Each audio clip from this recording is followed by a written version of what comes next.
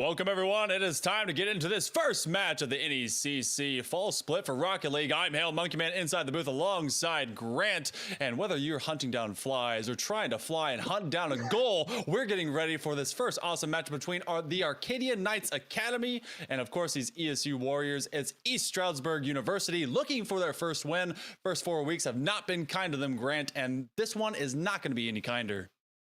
It certainly isn't, and while I appreciate your nod to my epic duel against a fly, I don't. It was so weird, man. That I'll be honest, you broke me, and we weren't even a second into the broadcast. So props to you for that. Well, we're gonna have to be figuring out which team to give props to in this one because this will be another epic battle, but of equal proportions this time. We don't have a human versus something the size of my pinky nail. It'll be some pretty even competition here in the Navigators Yellow Division. This one is set to be a banger if you are on the Warriors side because they are still looking to be able to find a little bit of success. Navigators has been very tough for them so far. They've been able to only record a couple of game wins. That went to a nice game 5 against Ottawa Academy B, which on the opposite end, the Arcadia Academy, they were able to get a nice 3-0, and they're looking to try and extend their record out to a possible 4-1 situation, but a demo at the midfield crosshair. It's going to leave Paparama with a late return. Bit of pressure here. Swim? Maybe. He's going to go for a dolphin dive, and that one's going to be an early lead. It certainly is tough when you haven't found any success in a season, and it's even tougher when you already get the first goal scored on you in 30 seconds. Arcadia taking this early lead just like they have throughout the season. I mean, you talk about their success. They went all 5 games in their first beginning series in at least picking up a victory, but then losing after that, but it was no problem after that. All of these games have gone pretty much their way. They're sitting at 3-1 going into this week, while, like you mentioned, their opponents aren't really having the success that they would like, and they are 0-4 heading into week 5, and now a second goal for Arcadia has unfortunately made this lead a little bit bigger and a mountain a bit more insurmountable for ESU. The good news is the Warriors, however much their swords are chipped, they still have plenty of time to go back to the anvil, but swim is not leaving them much time. A lot of extended pressure in this early minute has really kind of put them on their back heel. Rotations have been a little bit sus, but Paparama's able to find a nice drop from that post, extending it as it's going to be Selly with a nice extra touch. This goes around one. Luminous Knight gets banged aside, but not before they bang a huge pop all the way down the pitch. And, you know, the only team so far that Arcadia has dropped to is actually the #1 squad in New England College. So they come in with a lot of clout and a lot of want to continue to make this record better. ASU Warriors starting to slowly find their footing, even if they have to do it in numbers. Well, just approaching 90 minutes expired at ESU, yet to find really any sustainable amounts of offense, although 2 whiffs almost giving them their first goal. Luckily, the third was able to clean it up for Arcadia. Now an instant transition to flip onto the counterattack. It's Lo Sheaf who gets the third for Arcadia. The nice extra touch that really kind of set that one up, and that paint job has me confused. That's a grid that's all over him, and he was all over the grid, finding a nice straight line shot. What a put up pass and a great transition to secure that goal, and 3 up already before halftime. You know, ESU, they're looking to be able to see that they can fight back. This has been a rough season overall, and as he towards this midpoint, you want your transition into success to begin here. Extra touches, not going to come. Another whiff. Leave another chance, and their defense again is going to have to rotate away as the pressure is on. The backflip is there, and securing another goal. We're 4 up in a hurry here, Grant. It's a good-looking goal for Lo Sheaf's second one, but yes, you needed to make that touch. Inches separated that from a goal and a clear. It's so difficult, though, because you're coming from a pretty awkward side when you're moving from that left side when they're attacking on their right side. It's like you're crossing paths, you're crossing the beams, and as we learned from the Ghostbusters, that's not something you want to do. Crossing the beams is bad, so you have to make sure that you're covering that from the right side so you can make a more efficient clear and in time. But again, just mere inches, and it's not quite over yet. There's still a lot of room for improvement and still potential for ESU to show to the audience. They just got to do it in the next 2.5 minutes, the next half of the game. But a miss off the backboard is opening up more offensive pressure for Swim and Arcadia. No rebound off the corner. Loshif puts it up, and this is a massively uncontested ball for Paparama to come steer around. Selly off the backboard. This is a hard one to defend, and Swim is just flying quickly to this one. You could say that they are just in full, what is it called? Freestyle stroke, as they're able to make whatever comes off of the perimeter wall work for them. Selly with a great sell as that connection is able to find his teammate just at the top of the key. And as we're at 5-0, you can almost kind of write this one, especially with some of this pressure. And then you're going to see ESU fight for their right to party into another game. This is a floater. Selly looking for the secure, may be able to get another floater in. And it ricochet from side to side. Oh my goodness. Yes, sir! That was spectacular defense. Unfortunately, it just falls short of the mark, and Arcadia find themselves a 6th. You can see the amount of panic and multiple ESU defenders leaving for boost. That just leaves your net exposed. You can't do that. You have to hold your ground. You're warriors. You are not anything less than that. You are not peasants to the kings. You are warriors taking on the knights, and you have to go to battle. You have to stand firm on your ground and deny entrance to your fortress. You cannot let the enemy in like that. ESU are so vulnerable right now, and they are even more so. I think what Arcadia has right now is just a massive offensive and aerial tactic that ESU just can't counter. They don't have the abilities to get up the air as consistently as Arcadia can, and I think that's a huge problem. I mean, you look at, a bird is going to have more advantage to get over you than you are. You can't jump higher than a bird because they're flying. You know what I'm saying, Monkey Man? I mean, are you sure? You don't know how high I can jump, Grant. Really? I mean, that's kind of rude to just assume I can't jump as high as a bird. That's my apologies. But no, you're correct though. So it's one of those things where they've been waiting a long time for a lot of these possessions to come to the ground, and you're just correct. It's more about that aerial superiority. How often do we go to the sky? And Knights versus Warriors, kind of a big clash of similar themes, but a warrior can be from any particular sect, from any particular creed and kudo, but a knight is disciplined. They've been training for this. They've been going and making sure that they hone their skills in the most specific and tactical of ways, and the putback is going to make this one a tactical disadvantage. 8-0, and the Warriors, they're going to have to write off game 1 as a nightmare. No, for sure, and it's a big kick for the mentality. It's going to be going down quite a lot for ESU. It's just the way that the cookie crumbles. You go up against a team that has found success, and when you look at your own record, suffering 3 sweeps to the bristles of the broom, it's just not looking too hot for you going into this one. But you have detailed it as that aerial superiority that Arcadia clearly hangs over ESU. If we don't see this shape up, which we're not going to, unfortunately, in game 1, then this could be as ugly as it was now as it could be into game 2. Very well could be. And I am glad to report that we were not lied to, Grant. Low Shafe, they said that they use the Penguin Topper, and wouldn't you know it, they do. It's just right there, right in camera. So, I'm glad we have some honest players out here, really able to give us the goods as they're about to approach double-digit territory, and a shot opportunity. Solar Shine unable to connect to that back of that ball. If they can get some of these cleaner possessions just working from their own back half, not allow too many free handles from the likes of Arcadia, well, they're gonna be able to stand a chance. If they just have to put the pressure on, they're gonna have to work a whole lot harder. Luminous Knight will keep it alive. Maybe some 0-second morale to come up underneath, and Paparama will not be able to connect. Arcadia start off fast, and they never let up. 9-0, game 1 win to them.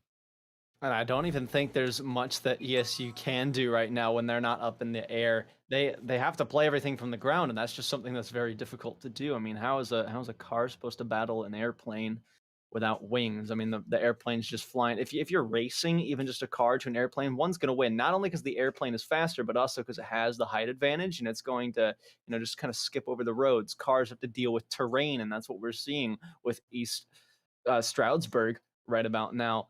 I just wonder what they can do when you're struggling so hard with this whole flight game. What can you do on the ground? Your opponent's found your biggest weakness. I guess you just have to go for the ball. It's like playing drop shot for the first time. You just have to go in the air. You can't really afford to let it come to the ground because the ground is the danger zone, and that's the biggest issue right now. Arcadia just jumps over ESU anytime it's up there, and it's free ball, not just jump ball to tip to one side. It's free ball for them, unfortunately.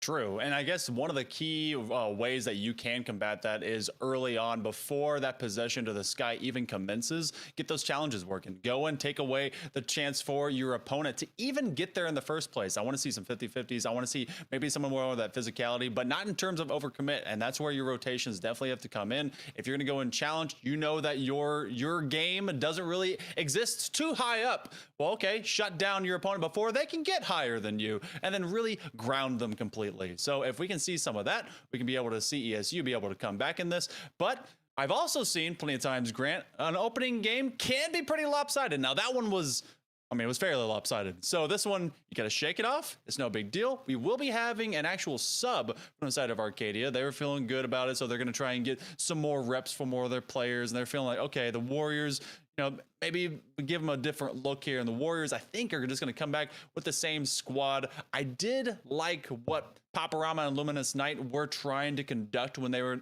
coming out of their own half. They had some great, stay at home, wait for the challenge to happen. But I want them to get a little bit, maybe a tiny bit more anxious and kind of go out and anticipate some of those plays, especially out of Swim, who was just kicking everyone's butt in game one. He was doing really good. For sure.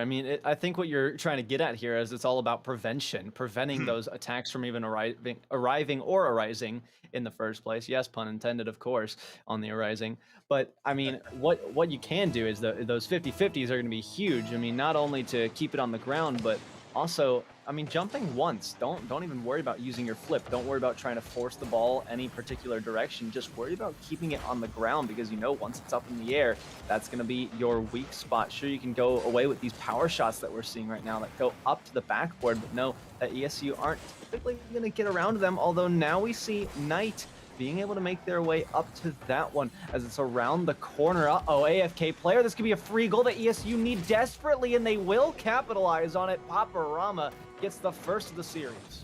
They'll take those. They give a little bit of a love nudge, and it still requires Soulless Shine to make a backflip, get it away from the oncoming defender. A good play in terms of advantageous positioning. So hopefully we get Swim to be able to come back to us as the opening half minute will have a return of Swim. Doggy paddling quickly to be able to tie this up again.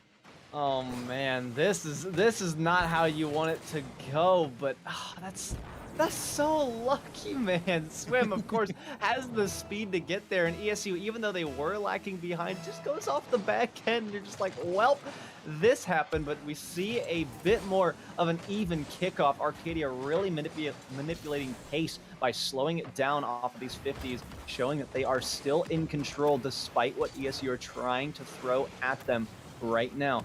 As Arcadia throwing it up, still uncontested, can't take possession quite yet, bouncing off a defender, laying up high. Swim aimless to the corner. If ESU can also wait and bait in these aerial challenges and wait for Arcadia to miss some of them in the corner like that, that's going to open up those counterattacking opportunities, which seem to be something that can be very reliable, although watch out for Arcadia's quick pace of recovery.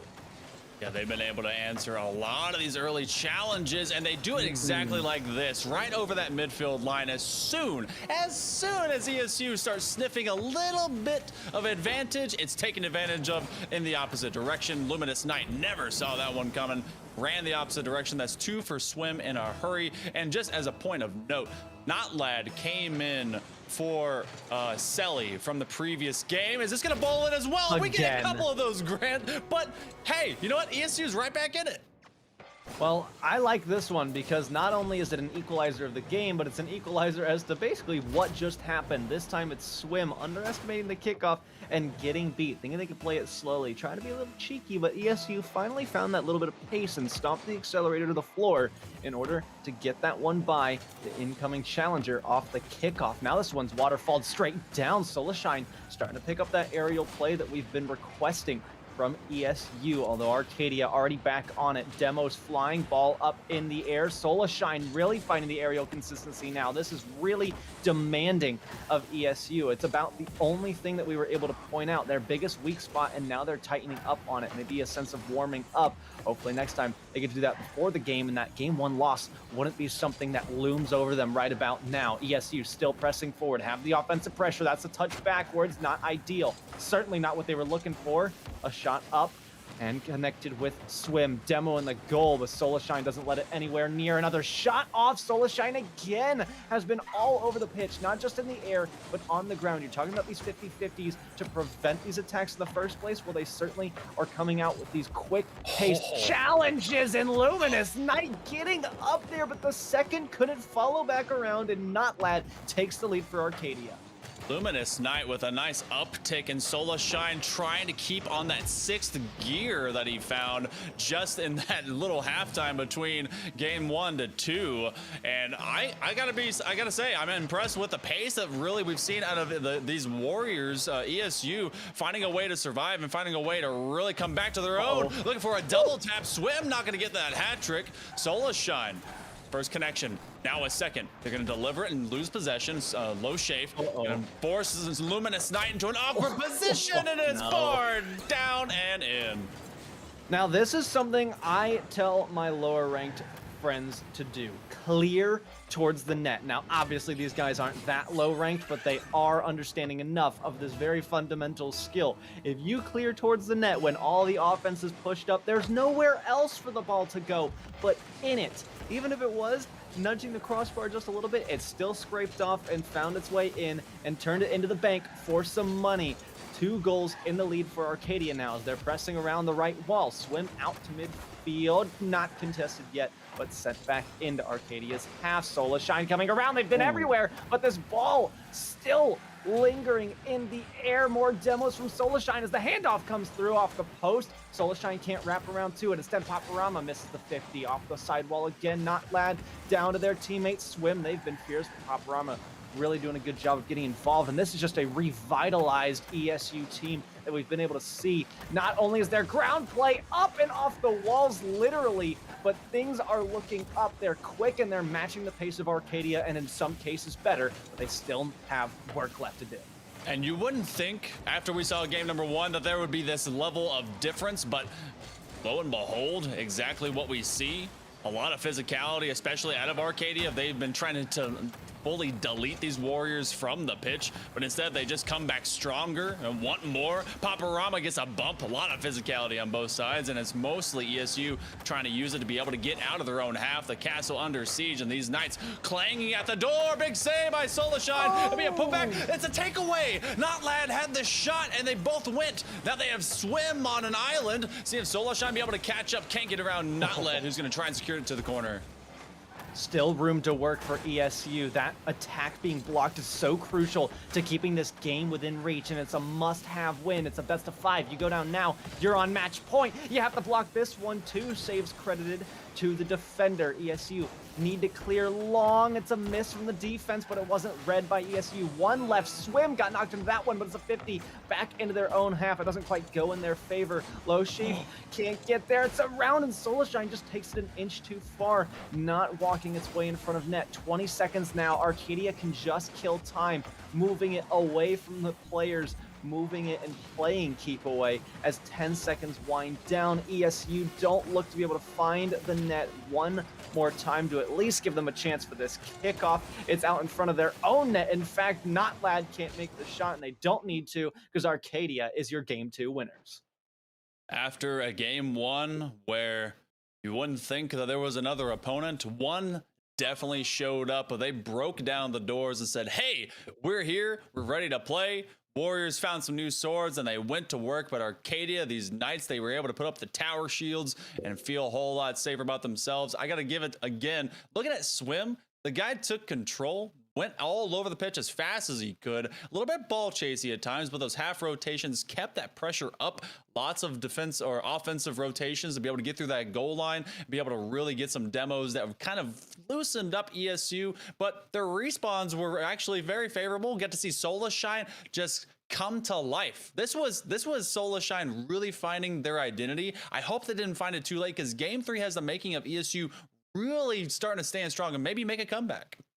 Certainly. I mean, I loved what we saw from Solarshine. Like they said, or like we said, they stepped up to the plate. They had that aerial consistency that really started to carry ESU to a bit more of a closer step towards victory. And that's what it was literally our only request. And they have fulfilled it, just not to the extent of a game win yet. But game 3 is going to be this telling match. Can ESU stand up to this, or are they going to suffer their 4th sweep out of a 5-week season? They can't afford to go down like this, especially not after we've seen this sign of life from ESU. They're alive. They're so close to victory. They can taste it. They can smell it. They can feel it. It is right within their fingertips. They just have to grab onto it. They're reaching, but they're so close and they can't quite grab onto it. They have yet, I mean, they held a lead, but it didn't last long. It was immediately evaporated off of a kickoff. So I don't even go as far as to say they really held on to anything quite yet, Monkey Man. Yeah, they have endured what has been a very tough beginning, both in game 1 and now. We get to see it twice here, Grant. This one, it feels like luck is just really running against you, but the speed flip is just too strong out of Swim. He is definitely swimming ahead of the entire pack, and my goodness, they may have used all 5 senses to really see hope on the horizon, but there is an even higher looming kind of a mountain that's in front of them, and it is really this Arcadia Knights team. Like I said, that mountain has looked a little bit insurmountable for ESU, but that was game 1, and that is so far in the past, or at least it's got to be if you want to have a strong enough mentality to get yourself back under and winning these games. It's only been 30 seconds. We've seen a kickoff goal go in favor of Arcadia when the script was flipped on their side. Now it's up to ESU to do the exact same thing. They've escaped death. They're getting away with murder right now because the ball just keeps bouncing off the post and the woodwork, but the double commit is going to leave it wide open for Zeitgeist and Arcadia to score the second. Zeitgeist now coming in to sub for Low Shafe and taking up and cleaning up what Swim set up for him. Almost had a chance to be able to get that save just in front of the crossbar, but you send a couple and numbers will take advantage. And this is starting to look a little similar, but with a bit of extra speed to game number 1. Gotta find these clean connections. One thing that the Warriors did really, really well in game number 2 is they didn't leave too many possible possessions wide open and without turmoil on their half. They were able to take those opportunities, but so is Zeitgeist. The man comes out for this game, ready to play, immediately goes on the attack and gets that bump. Oh, what a bully. Not only were they fierce on the attack and the shot itself, but they were fierce heading into it and picking up a defender along the way who also initially cleared the ball out into the favor of the incoming offense. And that's something you want to avoid. I mean, it sounds so silly just to say, oh, don't give it to the defense, but that's a really difficult thing, or a really easy thing to lose sight of. You'll see a lot of the times you just accidentally give the ball to them, and now you bump your own teammates getting in the way, trying to be the star of the show. You gotta loosen up just a little bit. But the main thing I'm pointing out is watch your use of the sidewall, especially on defense, because a lot of the times that goes out to midfield where the offensive rotation is waiting to pick up on that. After seeing where you've cleared it to, it ends up right in their hands, and this is often what gives Arcadia the lead right about now. But Luminous Knight still not giving up, pressing in to Arcadia territory, now has more possession and a shot of their own off the back wall, and Swim saves it. Oh, a tight one bouncing the post as well, and the 50s not going ESU's way either. It's back to defending their castle. Arcadia, they are employing the full senior squad right now, but the seniors are finding Solar Shine shining ever so bright on this play as Zeitgeist got challenged. That's exactly the timing I want to see. He goes and finds the defenders unable to respond in time. What great placement shooting, and that you have to see at least 2 more times if we're going to see ESU really challenge Arcadia for the Plymouth. I think that was the first time that we saw Arcadia actually struggle under speed and pressure from ESU. Yes, we've seen ESU goals, but I don't think we've seen them in that typical fashion. That's something that Arcadia was really good at, is beating them to the ball in the air Okay, this was weird. I thought that was ESU scoring for a moment there, but Arcadia just a very simple shot over the defense, overcommitted and just in over their head off the rotation, pushed up too far. It's not going to allow things to go their way. But I wanted to talk about that for a minute, Monkey Man, if you don't mind, for just a few more seconds. ESU actually outpaced Arcadia. I'm going to stop talking, and I'll let you answer the question you just asked. Remind me of my question. I've been in confusion land, especially after we had a defender just hang out on the goal line. I think it was what just happened. I don't know if that was our producer, but I mean, it reflected, I think, everyone and their thoughts in that moment. So maybe we got to put our producer on the mic as a third caster. I mean, I'm down for it. The TriCast, RLCS tried it. We should try it too. Who knows? But I mean, really, what did just happen? ESU has been looking good for a while, but Arcadia has been looking better for a lot longer of a time, unfortunately. But ESU just needs to play quicker here in these final moments. You have 2 minutes left to play. Why not try to use it to prove yourself?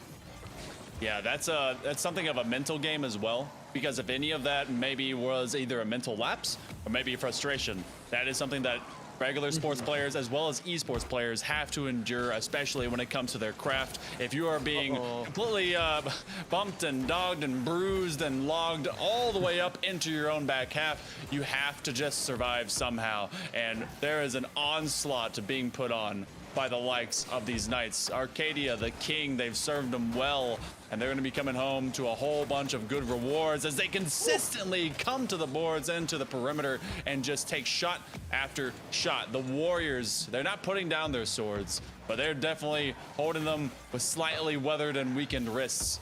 And so far, that 0-3 is looming on the horizon, possibly going to give them another 0-5 record. But to extend to the likes of Arcadia, some great moments of brilliance have really been available to the Warriors, but they've just been unable to respond in kind. But Swim, he's going to give them one.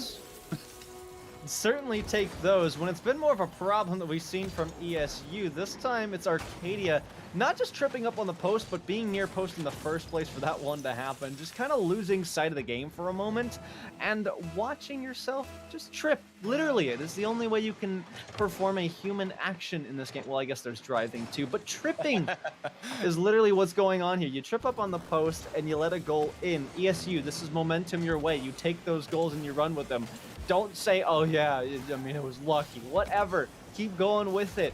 Fix up these rotations. But I think the biggest thing right now is that Arcadia has been controlling the boost for a very prolonged period of time. When they get this offense on, not only have they taken the corner boost, but they're running back that mid boost, and they just keep coming. 40 seconds to go. ESU down by 3 and on match point. I need even more of these challenges. I just want these to be a never say die kind of squad. Shine, he's been that one shining light in that darkness of ESU, and they continue to pour it on. 15 shots right now for Arcadia, but a big takeaway. Another one as Zeitgeist is the only one to the near side of the post, looking for center, but no one's able to rotate in time. Zeitgeist, it may be good night as Luminous Knight. Oh, he's gonna try and be there for the fight. Paparama comes up, but that'll do it here, Grant. Arcadia, these Knights, they took the halberd to them. They went full two-hand cleaver, and they cut down these Warriors in time. They'll take this one in a 3-0 sweep. And this is the fourth sweep that is going to go under their name, as well as Arcadia's name, but or ESU's name. Both teams taking away a sweep, and this is, or hang on a second, I'm doing math wrong. Caster math is hard as always, but what I'm saying is that this is now 0-5 for East Stroudsburg. 4 of those losses now coming from a sweep, but I really wanted to highlight game 2 and what they had. Not only did they have the speed, but they had that aerial play and that consistency. But I think what needs to be worked on in the training grounds, or in the barracks, if you will, is a lot of that aerial play, because we needed to see a lot more of it. Arcadia was dominating it all game long. They had the rotations on point. There's a lot of film to look at. A lot of the times the ESU defense was exposed. Not only were they panicking, but they were all 3 pushed up on the same post, that near post that let the back of the net wide open. Arcadia, luckily for them, actually missed a lot of shots and hit the woodwork a ton, but they just couldn't clean up. Despite that fact, though, 15 shots in this final game 3 proves my point pretty hard here. Yeah, as my cat just came up to say, you got to be able to be a little bit quicker, and you got to be able to go and just find your opponent in space and be confident about it. I want to see how they're gonna be able to develop, especially when it comes to comms. You saw a few of those open shots. There's a lot that was hitting the woodwork, hitting the backboards, hitting the perimeter, but there was a lot to be desired of who would go, of who would be that next person up. Arcadia, they never really suffered in that way. They were communicating, they were able to find each other, and a couple different times when they double committed, there were some great recoveries. You were making note of that. Their defense had a few blunders, but they showed themselves to be human. They've only suffered that one loss, which is to the #1 squad in the entirety of this particular division. So they know what they have to work on. And even at 0-5, as bleak as that is, especially at the midpoint of this season, there's still a lot that this ESU squad can do. But Grant, you and I are not done. We get to have one more matchup coming up. It's going to be a hot one. You got to be staying with us. It's going to be the Samford Gamers and the Murray State University Blue. Don't go anywhere. More NECC action for Week 5. We'll be right back right after this.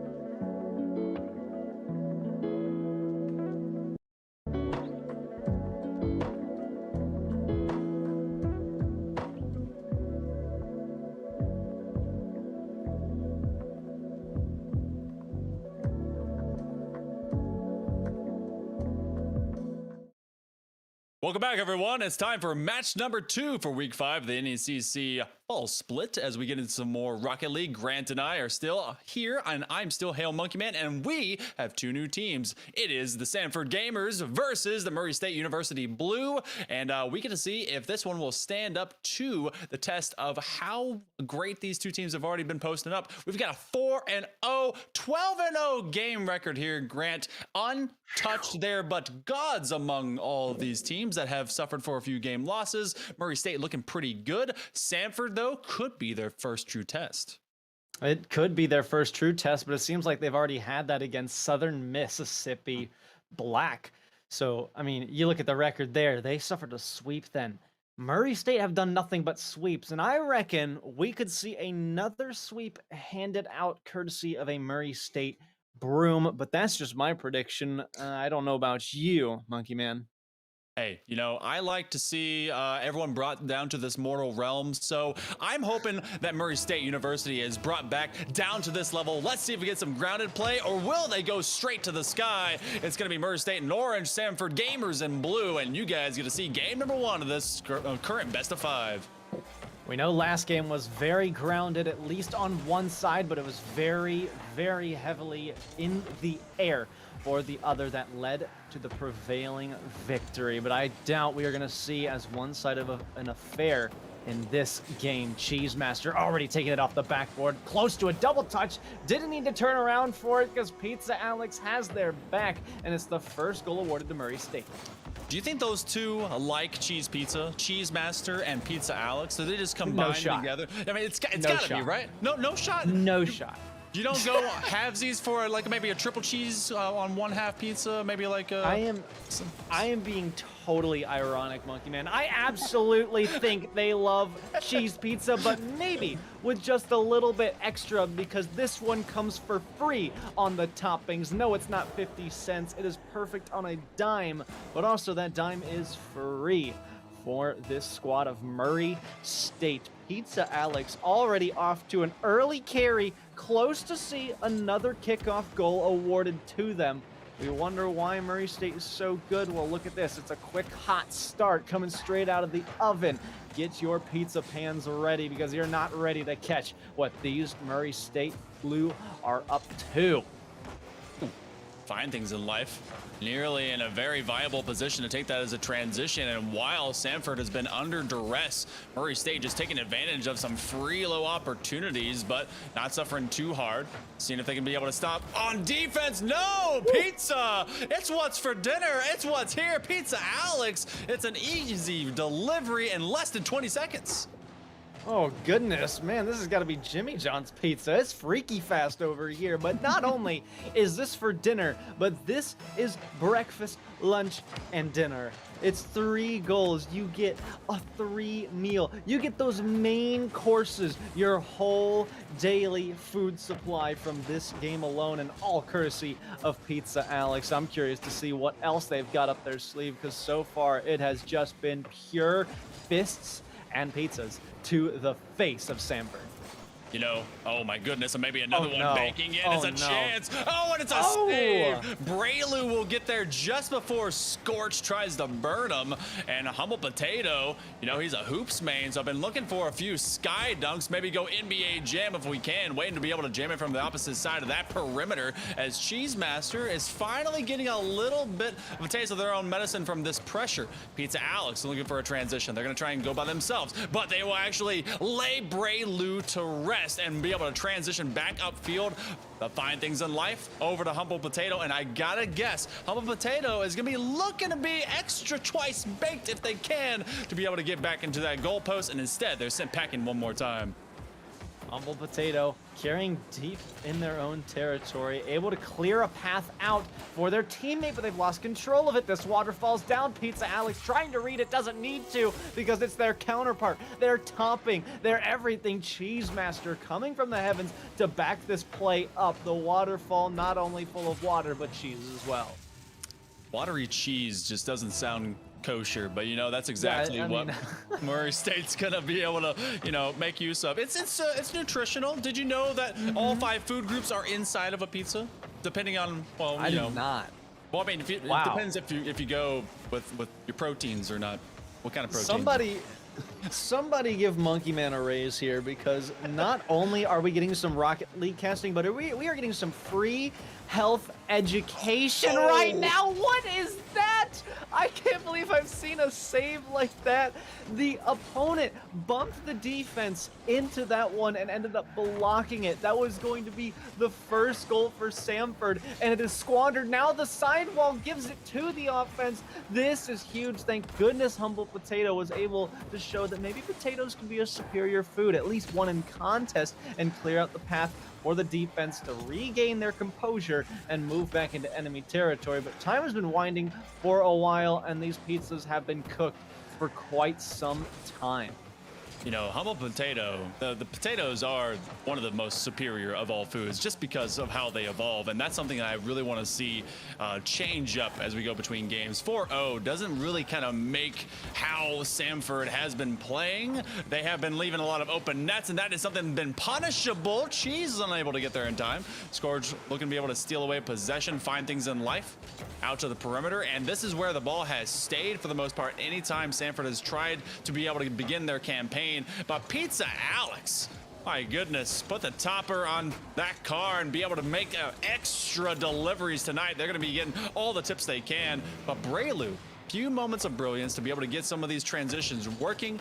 I just need to be able to see that connection. You haven't seen it from Samford. It's been definitely Murray State that's been just more connected and together to open up this series.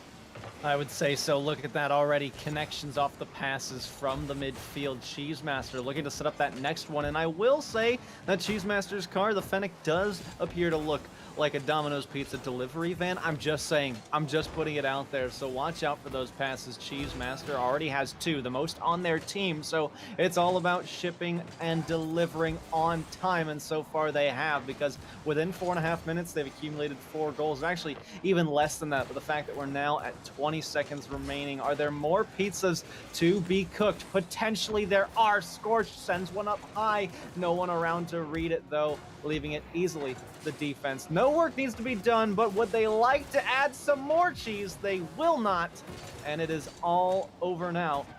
However, Murray State taking the first game as the ball hits the floor. Murray, they came out quick, they came out versatile, and they came out to never ever let Samford out of their own half. They were able to get a few different shots, and honestly, it did start off in those bleak few seconds of Humble Potato going to the sky and becoming pretty superior. But then that was immediately shut down as Pizza Alex went to work, got the first 3 goals, got a hat trick to open everything up. And you really need to be able to see Samford shut that down and get a few extra challenges. I challenge these guys in the Navigators division to not let any free play happen in the midfield. A lot of perimeter play, especially in that upside corner. They need to be able to shut that down in a hurry to be able to keep pace with Murray State. Certainly, it's all about who you can contest and what individuals, what resources you have at your disposal to be able to send out there and make those kinds of plays happen. You have to contest them. You have to meet the offense coming in where they are. You have to block off those opportunities, close the roads, and you can't make it through. That's what we've seen Samford struggle to do, and what I'd really like to see is a lot more out of Find Things in Life. Not only did we not get to say their name a whole lot, but they weren't able to produce a whole lot. I think they got 1 shot off in that last game. We need to see so much more from them, that team participation, because 2 individuals can only do so much, especially at this level. You have to have all 3 working together, especially when you've got an undefeated team, 12-0 in Murray State, that is looking absolutely fierce coming out of this and is not going to stop. You have to shut down Alex. You can't let these pass plays happen. Not only try to get demos, but again, meet them where they are and do it early, especially in the midfield and especially around the perimeter on those walls. See if Humble Potato can bring out the all-star jam meter and get some of that NBA dunk action going, because we're going to game number 2. They need some life driven into these Samford gamers. Find Things in Life goes to the sky to start things off, and they send 2. The confidence is there. Braylu looking for the center. Oh, magic is in their half. They're looking to already start making some of these plays even more. Pizza Alex is trying to win a foot race down here. Well, they so far are. I did not like that the offense sent that pinch backwards. We saw it in the last series a couple of times. Hopefully we don't see it as many in this one, but this is going to allow that Murray State offense to keep on coming through. Obviously, you don't want to put the ball back, but you really just don't want to give it into their hands like that. Humble Potato able to meet the challenges where they are, allowing for this counterattack. Braylu shut down in the midfield as Scorch spins out. This allows finding things in life to challenge the ball. They finally do, but not normally would they have the opportunity to make a play like that happen defensively. Potato carrying it down, has to receive this pass from Braylu. Can they get there quick enough? Send it out to midfield. Pizza Alex is there. Braylu not quick enough to make it up a second time, and still fighting out of their half are Samford. Braylu has had a couple of key moments where my eyes go wide and my eyebrows go into my forehead and I create more wrinkles as the old man that I am, because they have some very good ideas that just haven't panned out the entire way. Beats Alex though, trying to be able to stand up strong, doesn't have a whole lot of boost. That readjustment will not be able to assist him, but Cheese Master is there before. This one will go high arc. A little bit of a collision, takes out Humble Potato. Oh, Scorch, another one. Key set, and oh, the shot goes high, and opportunity gone.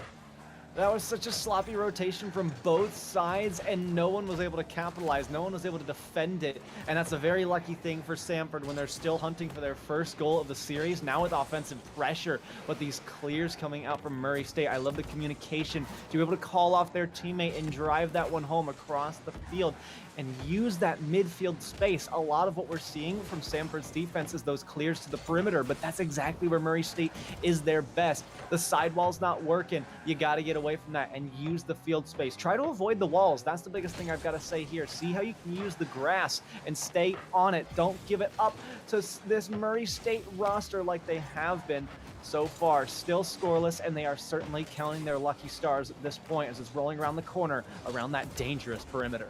Oh my goodness, if you can own them in the midfield, any team that really can own that midfield crosshair and claim and plant their flag there, you really have gigantic advantage, because now free space there is much more difficult to read. Oh, but Pizza Alex, he's tough to read if he's going there for a quick dunk, and they get the first lead here. First goal in game 2. What the heck is this? I don't even know how to describe that. I just referenced my entire vocab journal and could not find a single word that fit the description of what the heck I just witnessed. That might have just been the play of the season. What an incredible dunk that was. I've never seen anything like it. I still am just at a loss for words, and Samford at a loss for goals. Might be a little bit more. Yes, they will. A little extra cheese couldn't hurt for Murray State. You know, I went through my vocabulary list and I started referencing to some onomatopoeia, and to quote Tim the Toolman Taylor, that's pretty much what it was summed up to. And that one will be 2 in just about 12 seconds, actually about 19, and you get a quick response. And Murray State, they know how to bury their opponents. This is a Samford gamer group that has done fairly well to stem the bleeding when they can, but marching down the field has been something of a big ask for them, especially as they get these rotations. Hot Potato, he's gonna get challenged. Nice little backflip. It's a setup over to Scorch. That one will bounce down and out. And Pizza Alex just buys their time and waits for the opportunity to go down and challenge again.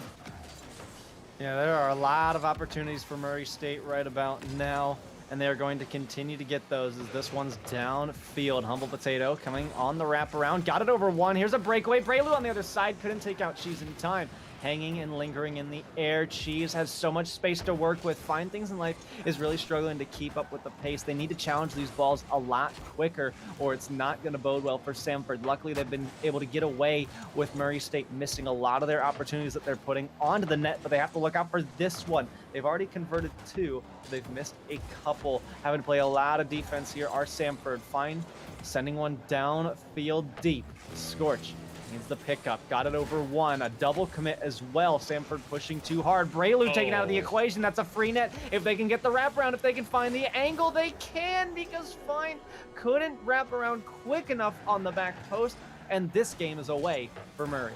Yeah, this one's feeling, it just took a little bit longer to develop in favor of Murray State. There was a bit of a grinder for that opening first half, and otherwise they are in control from the driver's seat, able to do exactly what they want every step of the way. And Pizza Alex and Cheese Master, they let a very quiet Scorch to just do everything that he must from the midfield. He's been kind of that grinder out there for them, and so far Samford has been able to struggle time and time again with some of these possessions, looking to be able to get a bit cheekier.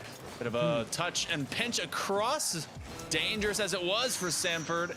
And again, they send 2. This has got to be cleaned up going to game number 3, or else you're going to be seeing a 15-0 game record at the end of the series. Oh my goodness, what a play that would have been for Humble Potato. Unfortunately, they missed it, but you commented on that defense just a moment ago, sending 2 forward. They actually sent all 3 forward. No one was really sure who was supposed to go in that rotation. Now, granted, it was a little interesting with 2 returning, but you got to trust those rotations and make those full rotations as well. You can't be getting in each other's way like that. You commit all your resources at once and put your eggs all in one basket on one 50-50. That ain't gonna work, and I don't really have to detail much to show the disastrous results that could paint for Samford. And we are seeing quite a disastrous result right now, with Murray State taking yet another game off of Samford, who have looked relatively quiet in this game.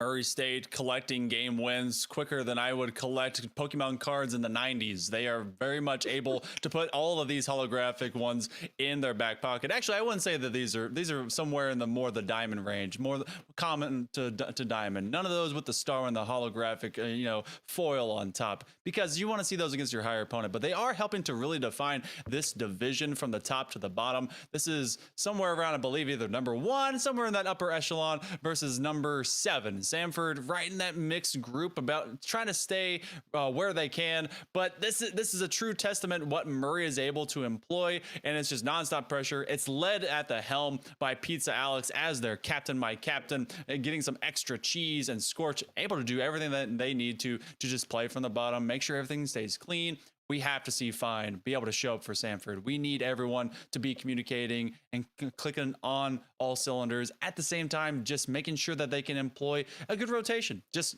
make your challenge, make it sturdy, and don't overcommit.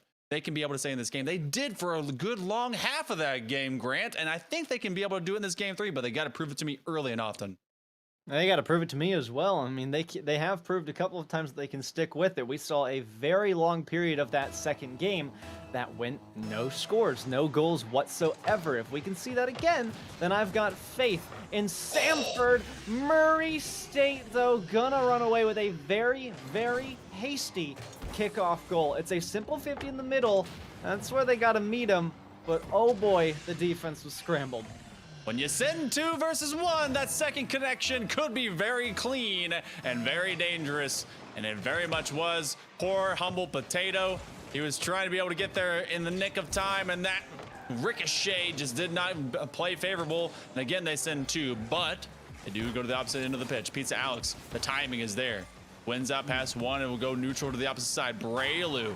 He's been a little bit, whoa, able to make it work. All right, there's the dribbling. There's Braylu. That's the guy I've been looking for.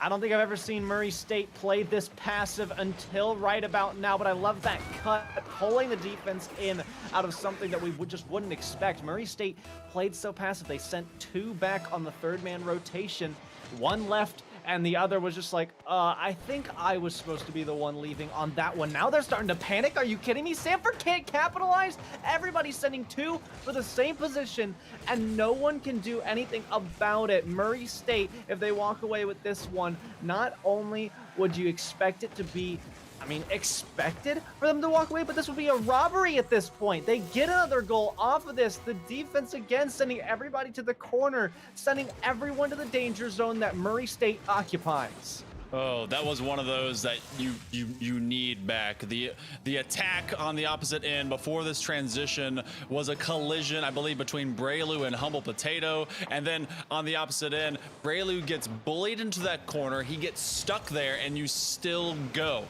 I know that you got to be able to make that choice. You got to make that dive, but you have to get your timing up, and that timing just wasn't there. Looking for a chance, looking for space. Nice little back pass over to Pizza Alex. Humble Potato can't connect, but it's fine. Trying to be able to find him in space. To the corner. Won't be able to get this backflip. Oh, so close. And will this roll in? Oh, goodness. Oh, it's so close, and Scorch couldn't quite get a finger on it. Braylu off the breakaway. Can't get it to midfield yet. uncontested off the corner. Potato needs to score this, fires a shot, double commit. Fine needs to make this touch. They do. Off the back wall, gives it to the offense though. Potato getting flicked out. Braylu needs to challenge next, but it's way over their head, needing to rotate out now, leaving Fine things in a very precarious situation, and it's gonna be punished by Scorched. Pizza Alex is just too good at taking away chances, and I believe he has Humble Potato's number, and Scorched finally able to get a little bit more highlight reel action on the board in the way Pizza Alex dishing him up. A couple of assists from him, same thing from Cheese Master. Every single shot and goal from, well, maybe not one shot, but all the goals from Murray State have been assisted between each other. They find each other in space, and they know when to make these transitions, and easily enough, another one coming, and that one a big save from Potato to keep this within reach. Braylu cracking a shot off, met by Alex. So much control around these walls. They're uncontested. Fine tried. Potato rebounds. Maybe a refund for another shot. Scorch missed it. Braylu's got a free one. Fine pushing up. Not sure when to go. Alex got dunked. Potato needs to be there. Fine tries instead. Braylu off the back wall. It's towards their own net. Potato needs to catch. They can't. Cheese with another opportunity. Doesn't get there off the back wall. Scorched trying the corner. Cheese another cheeky touch. Braylu out to midfield for the offense. Alex with a shot. It's off the post. And Potato has some room to breathe, but needs to get around Cheese. They do. Braylu with a free shot sends it down. Scorched in the net, waiting. Bray, one more needed. Low on boost, no flip. Potato still trying the double commit again. Fine is really just unsure of themselves, and I get it. It's a high pressure situation, but you got to stay calm and trust your teammates. Whoever's in front, let them go. Hang back. If there's no one in front, then it's your time to shine. But putting yourself up like this when Potato's trying to go is going to run into a lot of issues, and I think that's been one of the main ones for Samford at the moment, standing 2 goals down in a deficit and desperately needing to overcome, but 3 shots being given to the offense at every twist and turn has led them to this moment. With one more fired, it's off the post. They're getting away with murder, and it isn't for long that they no longer get away with it. Murray State, they just lay on the pressure. Oh my goodness, and Cheese gives another one to Scorch. It almost feels like they're like, all right, Scorch, we didn't let you do anything last game. Me and Cheese, we were cool, but we're gonna get you on the board. Here's a demo, bang, and they just delete any opposition from the pitch. And you've been saying it all the while, and it's very true. Potato and Brew, they are all over each other because they feel like they have to work as kind of a 2-man duo to be able to get this game going, which really has been the definition for Samford gamers. And in that same capacity, Fine, I believe it's just a level of experience. He's shaking off the nerves and not letting it get to you. Pizza Alex, he finds one from space. Everyone on Murray State has a goal, and this one has the makings of being their 5th 3-0. Goodness, just a dominant performance all day today from Murray State. I'm just really looking at Samford. I think more of a coach mindset. It's not ever to harp on the players. I just call things as I see them. They're not doing too terrible, but find things in life just doesn't seem like they came in here with confidence, and it affects Samford as well. They're forced to play in a lot of very, very difficult and uncomfortable situations, and we've seen it from all players as well. There was a play when I think Braylu went up on the wall instead of letting Fine trust that. That was just a lack of trust for Bray there. So there's things to be worked on there. Not only trust from everybody and decisions to be made, but I mean, that trust is going to be so important. You have to play to a rotation. You have to let everybody get involved. Otherwise, there's just no way to get better. You can't change things when you come into a game, because not only is that bad for what you've been practicing for, but you give all the credit to Murray State. You let them be strong, and they get a strong performance out of it. I think they did a little bit too much overthinking in this situation, and with 20 seconds to go, they fire one more shot, but the defense just too good from Scorched and Murray. Scorch was let loose, let off the chain, and he burned everything on the pitch. It was Burning Man, and it was a holiday for them. Murray State, they'll have another holiday here in Game 3. They're able to have yet another sweep. We'll end up with another one. No, we have no other goal. Murray State goes up to 5-0. They take care of business. Samford, they will suffer down to 2-2, and Grant, I mean, we got a couple of sweeps. This one seemed a little bit closer than the last, but Murray just laying the law of the land down. They're top dog in this division. They certainly are. And I just wanted to kind of point out a couple of the things I'm talking to. Again, I mentioned my coach mindset, and I've just got to point this out. But that backboard play I was talking about, right? You have the play incoming from this direction. You've got a defender in Find Things in Life waiting right here, ready to challenge this. But you've also got Braylu on the return, kind of chasing this ball down, backs out of it, goes back wall, tries to clear, and it just gets in the way of this. You notice this is a double commit waiting to happen. And it is what happened when Find Things in Life wanted to push for that. They couldn't because of all of this going on right here. And what that leads to is the ball just takes its path over the top. And that's where another player was already waiting to make the strike. So it's that lack of trust that we saw. And then as well, Find Things loved to play up on here when the play is chilling in this area, this zone, this box right here. Find Things wants to get here, another player wants to get here, and another player is also trying to rotate out. But instead of going this way, they're making that push in this way. And so you've got everybody with their eyes on the prize in this corner, and it just doesn't work. This, don't worry about this. That wasn't happening. So it's all about making these full rotations. What should happen here? Well, this person's got to go back, collect some pads along the way. You've got this path right here that you can take to cover the midfield. Let this person go in for the play, and then this person can collect a couple of these pads. Start here, make a circle around, and then go around. Collect some boosts, collect the pads, get that trust going, get some fluid rotations. It's a circle. It's the way it's got to be, and those are all the points I've got to make for this Samford squad going into next week. I hope that helps. You don't got to pay me anything. That's free off of my paycheck. You know, I want to be in one of these coaching sessions down the way. That is some good and helpful nuances to be able to give to a squad that definitely wants to improve. And this is a Samford squad that we got to see the hint, the smallest little kind of mystery inject of another player possibly being able to round out their overall roster. So maybe Fine wasn't ready because this is not what the game plan was for the day. So maybe something about registration, something changing about their overall makeup going down the way. Hopefully Fine doesn't get too discouraged and they do progress overall as a player on this roster. I want to see them improve, and I also want to continue to see Murray State dominate. I want to see them challenge each other as we get through the midpoint of this season. We have so many teams that otherwise are, hey, I haven't been touched. I have got a clean sheet. You got to come out here and challenge us, and we will eventually be able to see some of these undefeateds play each other for those top level seeding positions towards the playoffs. And Grant, that's when I get really, really excited because, you know, you're cool at the beginning, but really, do you have what it takes to be able to go all the way to the end?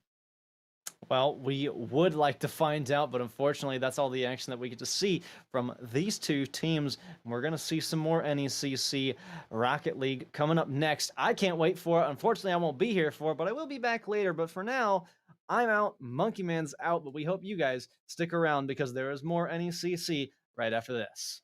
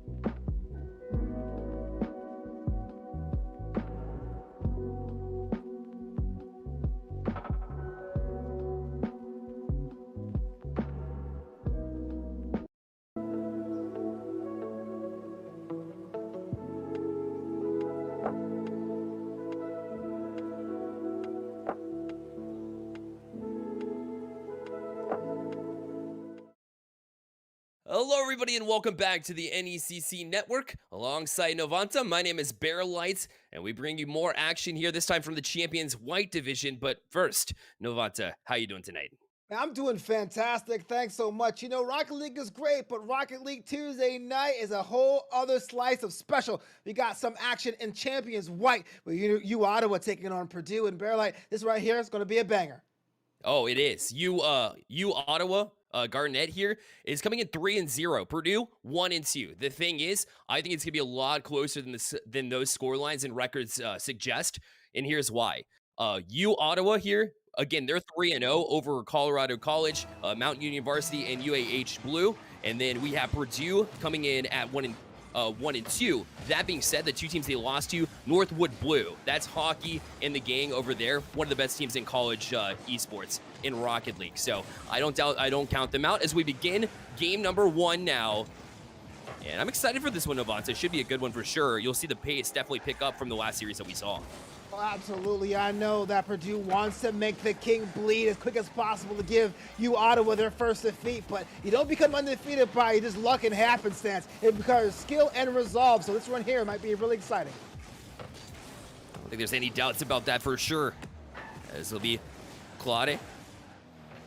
Plays past Jasmine, not able to get past Enchanted as he's on the back wall to field this one. And we'll get a touch past one.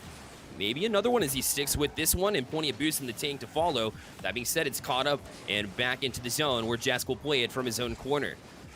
And he'll look to carry, but kind of fell off of it here too. Enchanted has to be careful on the backtrack as Hexy was all over him. Hexkey, again, up in the air, trying to keep control here. Does go over one, but Jask with a great recovery save there, and they get out of harm's way. Gotta give it credit for Justin for having that patience to wait an eye and then strike at the last possible moment. It wasn't that big save, but it was well deserved. Yeah, it'll be Jay Chan. Again, kind of struggling to get there as both teams looking to warm up here as they look a little bit off, especially for this division, but surely they'll get into the groove of things. You'll see things pick up. It'll be Jack here to the wall. Hexkey able to jump on this one. We'll try to go top corner there, but Jask got it all the way. He's able to make a save now and try to jump on it. Jay Chan. Shot on as well, but again, handled nicely. And you see the offensive possession time definitely heavily favoring Ottawa right now as they continue to go back to work and, you know, just trying to dive out of the zone over and over again as Purdue. You're absolutely right, and actually in this little slice and sliver of this series, you can see how aggressive Ottawa is, and I gotta give it to Purdue being able to hold the team to 0 there, but you can't win a fight by blocking all the time. You have to use those opportunities. You swatted away shots on frame for your own offensive fortunes, and rather sooner than later, because if you don't, a team as lethal as Ottawa will make quick work of that. Well, they for sure will. You see Jazz going across here, but not able to do much with it. Enchanted again. But no real intended target on that touch. It'll be J-Chan right out of the zone. We'll go to the sidewall. Jack with the challenge, able to beat J-Chan to it, but right back into the zone. This one's a cross, but again, it just seems like every time they get out of the zone and look for a pass, there's not really an intended target, so they really are just giving up possession at that point. And that's really unfortunate. Now, I understand the first game of a 5-game series set, there's a bit of sussing out period, but now it's over because Purdue is the first one open to scoring. And Enchanted, the man on the spot here as Jask goes up, does get the challenge. The 50 comes straight back down, and Hexkey almost got the read, just not able to get there. And with 2:13 remaining, finally they break the ice, and they'll give themselves a 1-0 lead here. Purdue in charge. Now, they've been on their heels a little bit. I think Ottawa has had a majority of the offensive chances, but that being said, if you don't finish, you're in trouble. Well, that's what I'm saying, man. The thing about Purdue is I was just about to criticize how passive they were, and I said, go out there and get your own scoring opportunities. But I bet if you're Ottawa, you might be getting a little frustrated because so many opportunities on goal, forcing so many saves from Purdue. And right now, currently, you're on the short end of the score line. Yep. As Ottawa looking to try to solve the puzzle, that is this defense. There's been a couple of times where the net's been open. Here's another chance, but Enchanted got to go wide with the shot and an opportunity to really put this game maybe out of reach, especially with how little goals are going in at this point. You got to imagine if they're hard to get, there might be some more time in between, but it'll be J-Chan the next to turn. It'll be up, does get a touch pass. One will waterfall down, but a good read will get it out, at least for the time being. Now back into it, but Enchanted able to get another touch, and now on the transition is, again, this Purdue team. Yeah, there's one thing I was not expecting. That was a defensive classic in the first game of this best of 5, especially how aggressive Ottawa was so far this season. But that's what I like about Rocket League. Every team, every given week, gives you something new and fresh. So if you're you, Ottawa, looking at a possible defeat here in game 1 if nothing changes, you may have to switch up your strategy for this opponent alone. Yeah, that's a quick pass, though. Jask able to get there. That's a great challenge. They're so quick in the midfield, and it shows. But now another shot and another save. The defense standing tall, and Enchanted's been a key in the offense and now shows some defensive presence as well. Well, that's the thing I was talking about. Jask was the hero in the first half of this game, but Enchanted is no slouch as well. And to be able to have the team as potent as you, Ottawa, just being held to no goals, that's just a lot. Not so much about your scoring lanes at that goes part without saying, but almost 5 minutes have gone by, you haven't got a shot past the net. Those are problems that if you don't remedy soon, you're going to ask yourself why in the VOD review the next day. Down and out for you, Ottawa. A bump, and that's such a timely bump as Hexkey able to bury that one, and with 12 seconds left, they tied it at 1.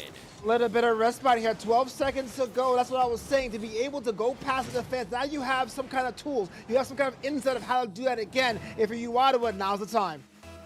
Yeah, that was such a timely bump, and you could tell they were going for the physicality towards the end. They just couldn't connect on it. Finally, they're able to break through as well, but look out. Here's Purdue again. They'll put it to the middle. Jask did not really find it a target now, and so Jask able to turn on it too, but it hits the ground, stays on the ground, and it'll be overtime here, Novanta. Exciting game number 1.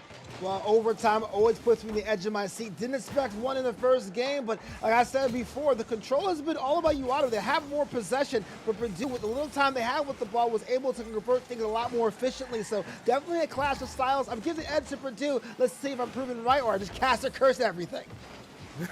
Because the last to score was you, Ottawa, so they have the momentum technically, but at the end of the day, I think you're right. I think they've had, Purdue has had a majority of the chances here, and they'll go right back to work as you see it off the hood of Jack trying to find Jask with it. And Enchanted the next to touch, goes off that back wall, almost baited in the defense, but they're able to stay strong. It is Claude. He will get it. 50 over to Cyan, but again, loosely played and right back in the zone by Enchanted. He'll try to get the angle. Does get a great touch, but again, no follow-up on the rotation here for Purdue, and we continue to play just about a minute played in overtime.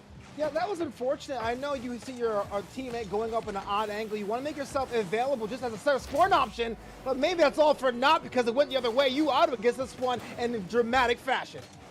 Hexkey able to feed that one across and then follow up as well, seeing and reading that the defense had the 50 in the corner. That is great recognition, great play sense, and yeah, you're right. You Ottawa able to take game number 1, and that's persistence, because when you're down 12 seconds left in a game, and you have to get that tying score, and you get that bump, it feels so good. And then you go into overtime with that good feeling, and Purdue, even though they had a lot of the chances, they got outshot here, and it didn't feel that way because the offensive time of possession looked like it favored Purdue to some degree, for a couple minutes. But other than that, it was all Ottawa.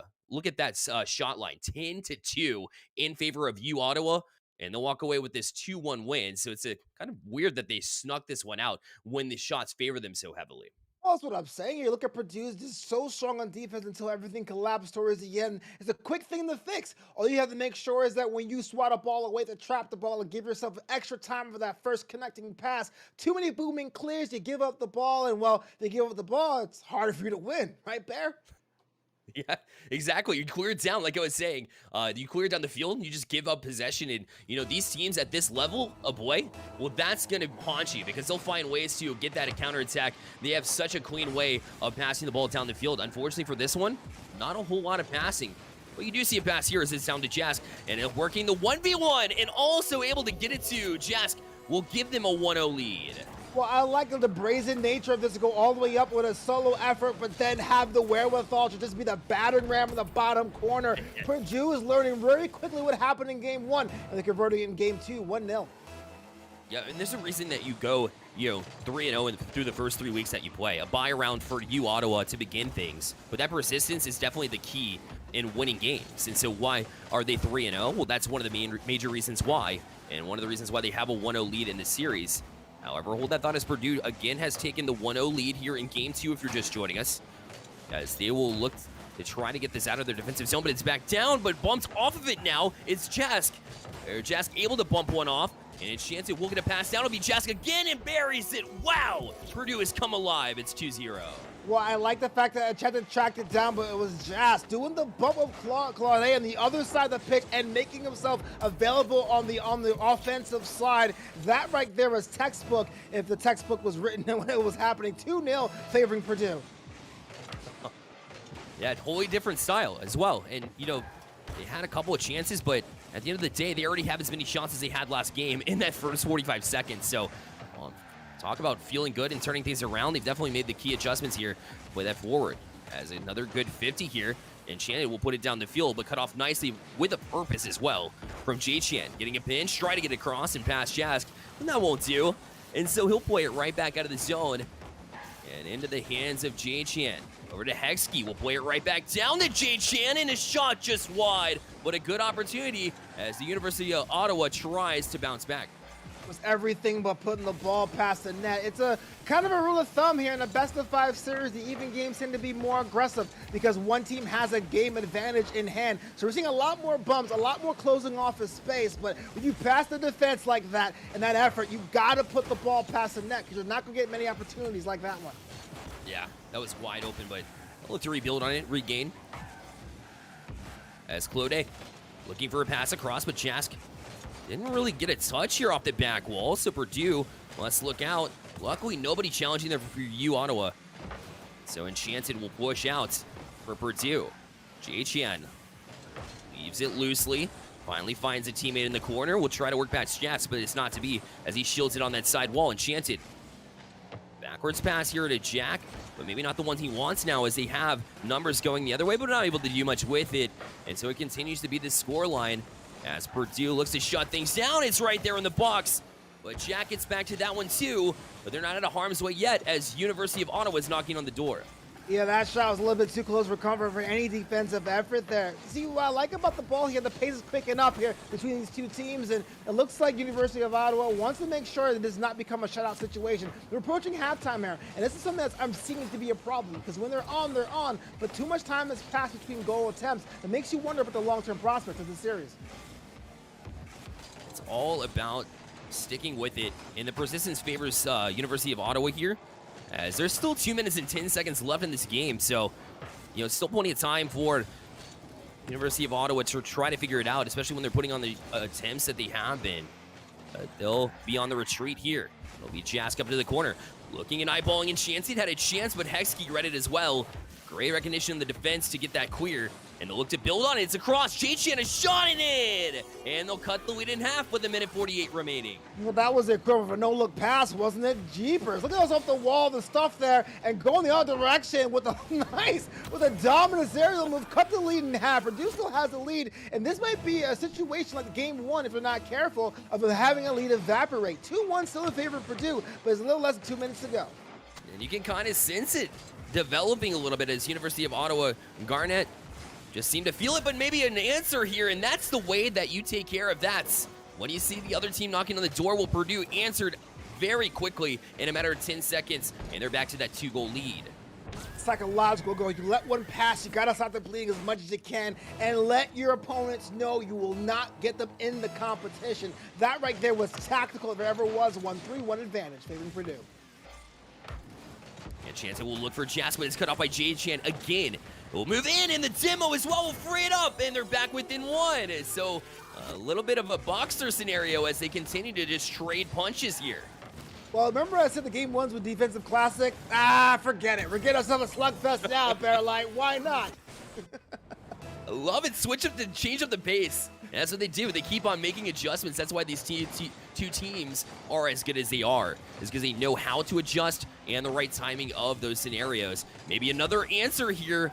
But J-Chan does a great job to kind of calm things down as they'll look to get that tying goal. What a move there. We'll try to cut it back across as well. Oh my God. To finish it. Coast to coast for J-Chan. Are you kidding me? 3-3. This is why I love Rocket League. The individual effort to get in the boost up, beat the boost up, beat two defenders with the float over, and we're tied, Bearlight. We're tied. Testify.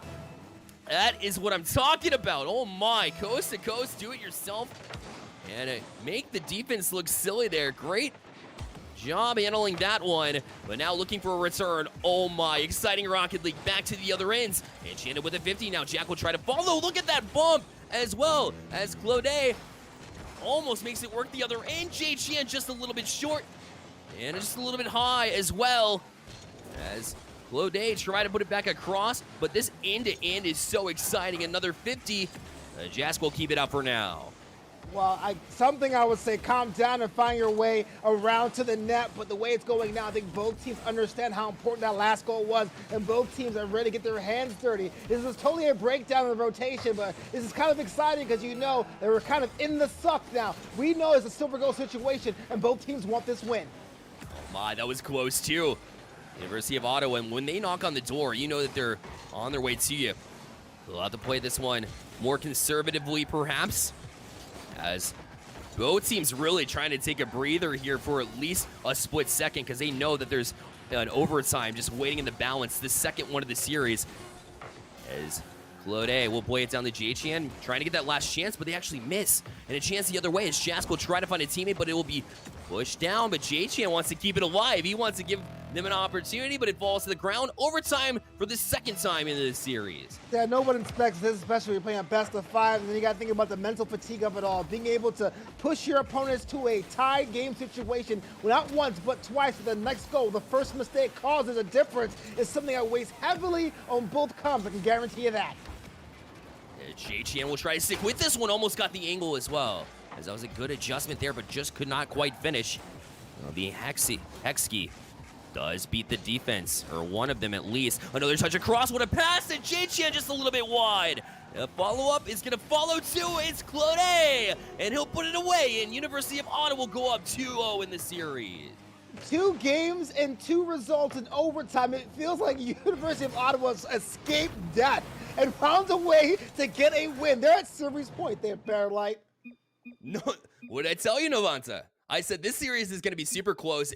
Pay no attention to the 3-0 to 1-2 status of the records here, because I knew it was going to be close when coming in with just this style of play that both of these teams like to play with and come out with. And, you know, sure enough, it's this close, high octane power. But at the end of the day, there's a reason why you walk out 3-0 and not 1-2 after 3 weeks of play. And so University of Ottawa Garnet is showing why they've got that undefeated record. Not only that, but it's showing their willpower to keep it that way. I feel like Purdue has like 2 problems that kind of alternated. In the first one, they're a bit too passive, hanging too far back, and just being a wall at the goal line. And this one, they're playing up too aggressively, leaving their defense in shambles. Find the balance, and you can find yourself some wins in this best of 5 series.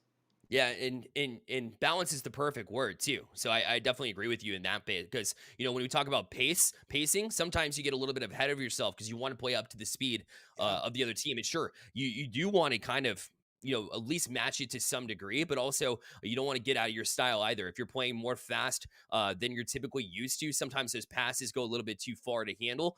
Sometimes the angles aren't quite where you want them to be. You saw a couple of shots go off the post and out for Purdue as they look to try to continue to build and find their first one of this series. I think if they calm down a little bit, take a deep breath, they know that they're capable of keeping it close. They know that they're capable of trying, capable of pulling out a win.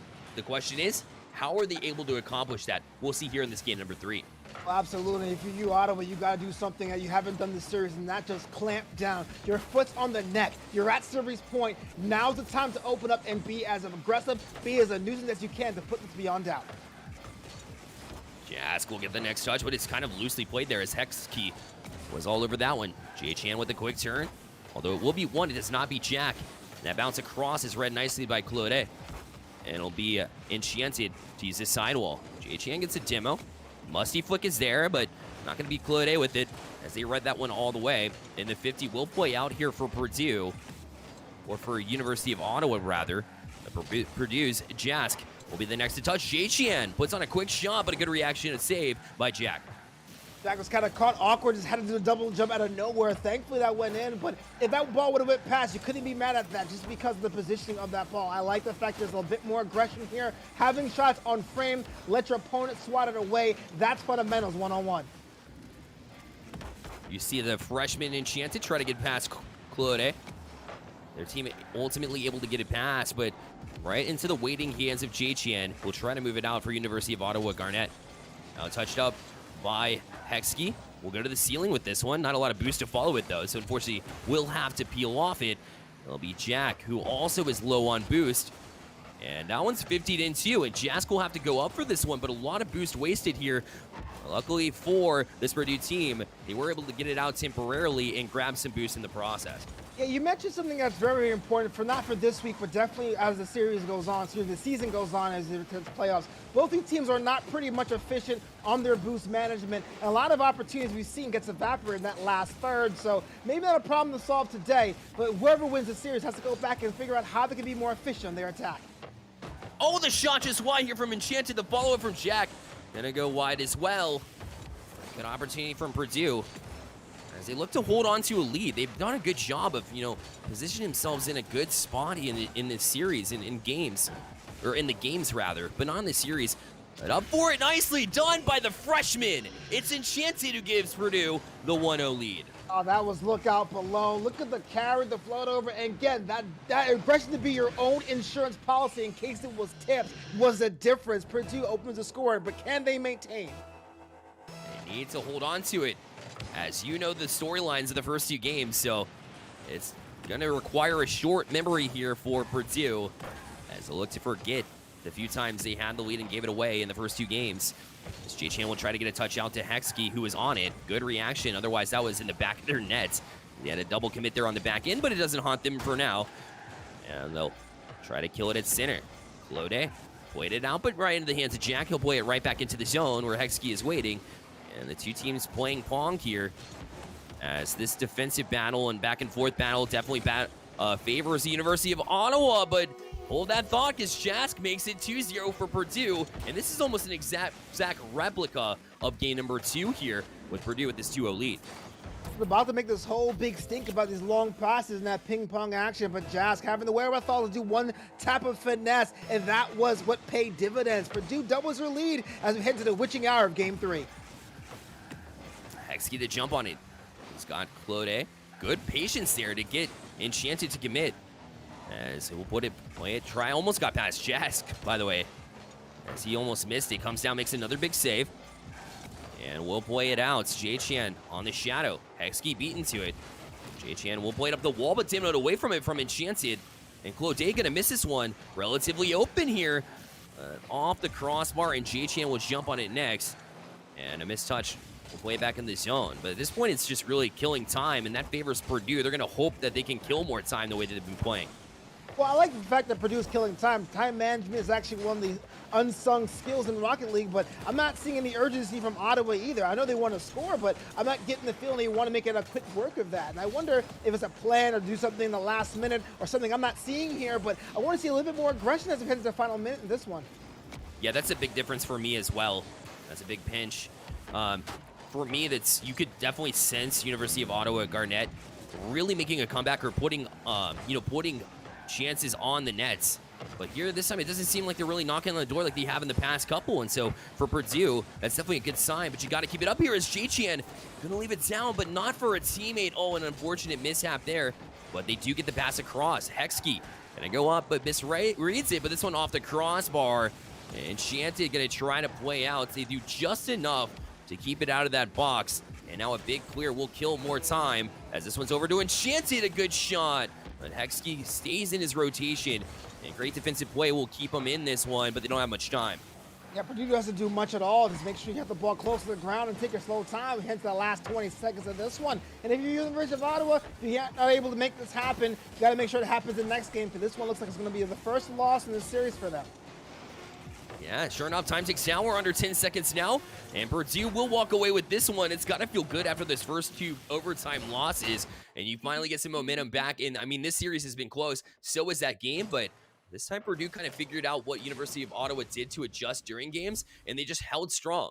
Their gameplay didn't change. It didn't seem like they played a little bit reluctantly on their defensive side of the ball whenever they were playing with the leads, because it seemed like they kind of backed off on their heels, right? And, went at a slower pace and tried to play more conservatively to keep and hold on to a lead. In this case, Purdue actually just kept knocking on the door, and it kept Ottawa on their heels. They weren't able to do much about it. Yeah, consistency was key with Purdue, and that shows in spades. And it felt like Ottawa was doing the opposite of what suggested. Look, you're at series point. I know a lot of times you get that championship hangover. You think about wheeling away and having milkshakes after the match. But you got to put it to the end. Right now, it's game 4. Here's a chance for you to really exert your dominance, not only to your opponent today, but all the other opponents in your conference. Yeah, let's see if University of Ottawa can close it out here, as we're about to head into game number 4 now. And man, it could have been a closeout series, and you could almost swept an opponent who is definitely worthy of, your attention and game planning. But Purdue said, we're not going away so fast. Game number 4 underway. As now looking to play it out here will be Claude. Doesn't quite get a touch there, so Hexkey has to be careful. It's University of Ottawa struggling to try to get out of this zone. Hexkey finally does a little bit too much. They get trapped here. University of Ottawa kind of starting out the same way they finished the last game. Yeah, I thought they'd be breaking down here. We saw the ball get trapped in the corner. What a shot! That was just up to the pin. The rebound is there, and Ottawa, I guess it will go from their slumber in game 3, open the scoreline within the first 30 seconds. I'm honestly really proud of them for hopping out this way, because it seemed like they were struggling in the first 30 seconds. And yet the first shot that they have on net will be in the back of the net. So, University of Ottawa, Garnett, the last thing you want to do is go to a game 5 and give Purdue all that kind of confidence with 2 straight and into game 5. So, I'll look to end it now for sure. As this one will be Jack over to Enchanted. We'll play back down to Jask. Great team passing to get it out of the zone. They'll look to build on it. Hexkey able to beat them back to it. So Jack will retreat. J-Chan awaits on the side wall. Jack plays it low. Clever play, but Claude recognized that was happening. Playing off that back wall where J-Chan's waiting. This one will go off the ceiling. Hexkey reads and a shot in. 2-0 University of Ottawa. There was a class above what we've seen so far. Passing plays win the day, and that one was a little bit of a Harlem Globetrotters. There was one. Everyone gets a touch in that one. 2-0, the lead's double there for Ottawa. And I gotta say, unlike the last game, they seem firmly in control. Yeah, the rotations have cleaned up for sure. That's how you get those follow-ups. That's how you get that quick touch passing that we saw them use to get out of the zone first. And the same rotation, skill level in order to get things done on the offensive side of the ball. We'll move to a 2-0 scoreline here in game number 4. If you're just joining us, it is 2-1 in the series for University of Ottawa. It'll be Hexkey now to try to collect. Got plenty of boost. Plays it past one, but Jask with the pinch, and what a read there, and he'll cut the lead in half. That was an absolute mugging. Actually didn't know what to do with the ball. Could beat, Enchanted, and Jazz picks up the offing. And wow, you know what? There was no one back because no one was expecting it. It's 2-1, still in favor of Ottawa, but producing the board. Again, Purdue, the reason why they got off to the quick starts in most of these games, in fact, I think they've had a lead to begin the games for every single game here. And so one of the reasons why is because of their presence in the midfield, and whenever, Ottawa tries to escape the zone, they'll be able to put it right back into it. And so that was one of those examples where, you do the right things and you kind of get lucky there with the pinch backing in. It was just a good read overall, regardless. So yeah, good reads are great, but the thing is, when it comes down to opportunities like that, you got to be able to do that consistently. And I hope that when you see the VOD tomorrow, there's many opportunities where that could have happened for either side. Bit of a doink here from J-Chan as he tried to set up Hexkey. Great job to recognize that in the back it wasn't to be, but it demoed out as J-Chan at midfield able to read it. Hexkey back up for this one, taps it right back down to J-Chan. It's shot. Oh, what a save there from the freshman Enchanted as he gets away from harm's way for Purdue, but that was an excellent save. Excellent save. Teardrop was almost like in slow motion, but doesn't matter how fast the save. Doesn't matter if you do it. That one could have been an easy score, and it wasn't. Good defense. Now they'll try to transition on it as well, but J-Chan able to get to that one. So now Jack will play at a back wall, but Hexkey reads it all the way, and he has great air car control too, and maybe a little bit of boost left. Almost got a 50 right in front of the box.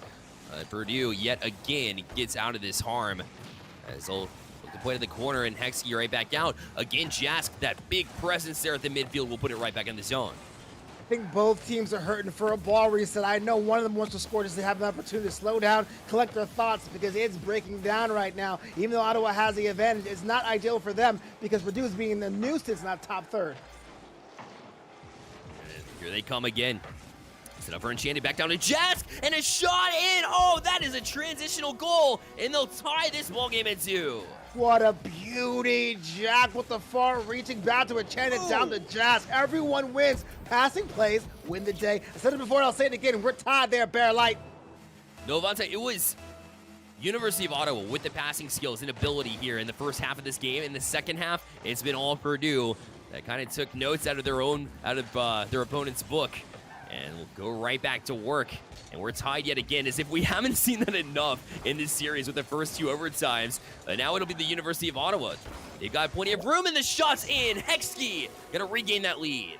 You saw Heskey there trying to go as far back as possible, to get there as quick as possible, getting the 100 boost, and that was the difference there. A half second slower, and that ball would have been knocked away. 3-2 advantage of Ottawa. We're inside the last 90 seconds of game 4. Oh man, they just have to close out now, but that's the thing. No team has been able to establish and keep a lead except for Purdue, and that was in game 3, the last game that we saw. And so, University of Ottawa has become used to having to play from behinds, and because of that, they surrendered a 2-0 lead. But now Jask looking to go back wall, looks for the raid, he gets the touch, it goes in. Jask, are you kidding me? Back to a 3-3 scoreline yet again. And with 112, we have a tie game. Well, if you're reading the script there, another tie game to give us more of the exciting feel. Look, Purdue's come to play. You said it before, Bear Light, a 1-2 record means absolutely nothing when you're on the pitch. We're tied once more. Oh my. And the level of difficulty probably helped them out too. Like I said, St. Clair and Northwood are their 2 losses. So of course this team is on a mission to prove themselves because they came really close in those series as well. We're down to a minute left. It'll be Hexkey. Looks over for Cyan. Does get the pass across, but the defense read it perfectly. And we'll look to move out, but Hexkey gonna trap it here. Enchanted, try to go for it. Jack able to get the save. They're still in harm's way here. And with 41 seconds left, this is anybody's ball game. I love it. Everyone's a ball game. I don't know if they get the advantage too, but because everyone comes out of nowhere to be these miraculous saves and shots on frame. And I would say you said it right. The first half of the game was one team, but Ottawa's back, baby. What a shot. Man, oh man. Cyan, look at the patience, pulled it up.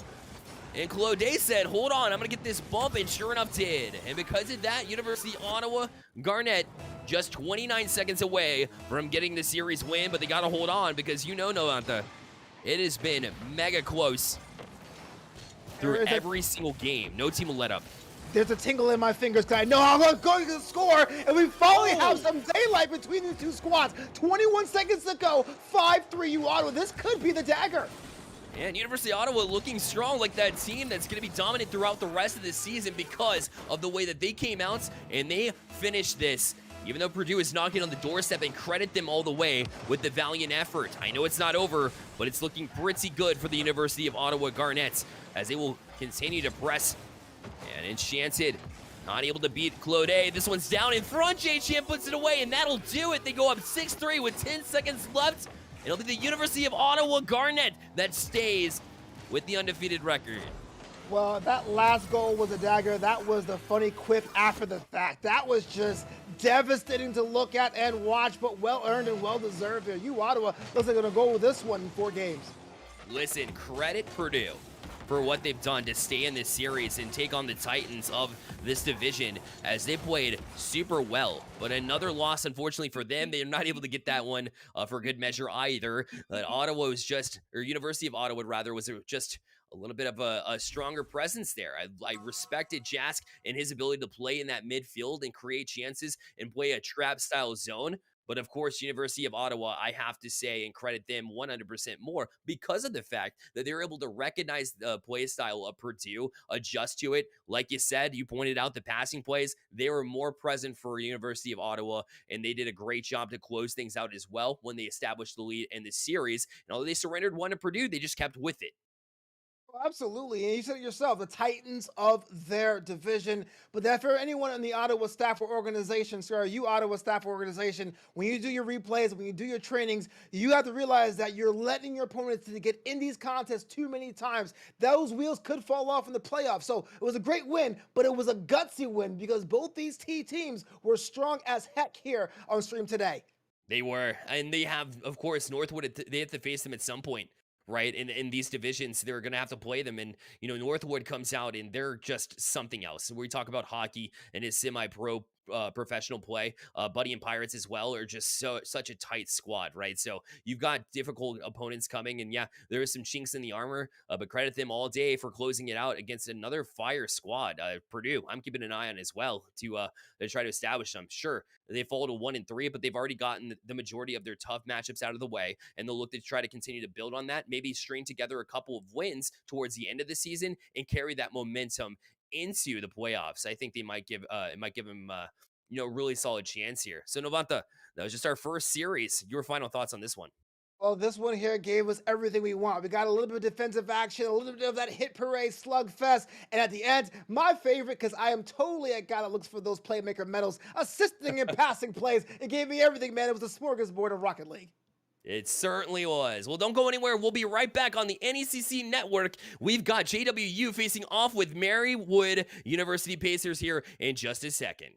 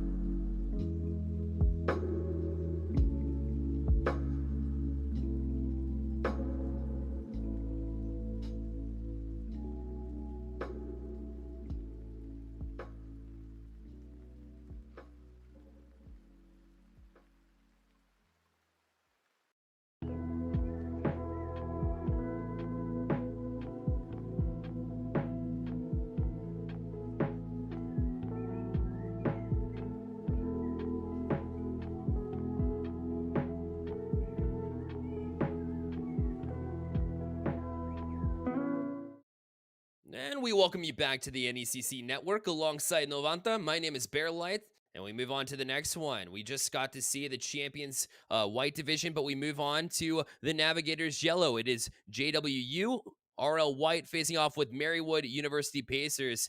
And Novanta, if it's as close as the other one, if it's exciting as the last series that we saw, we're in for a treat.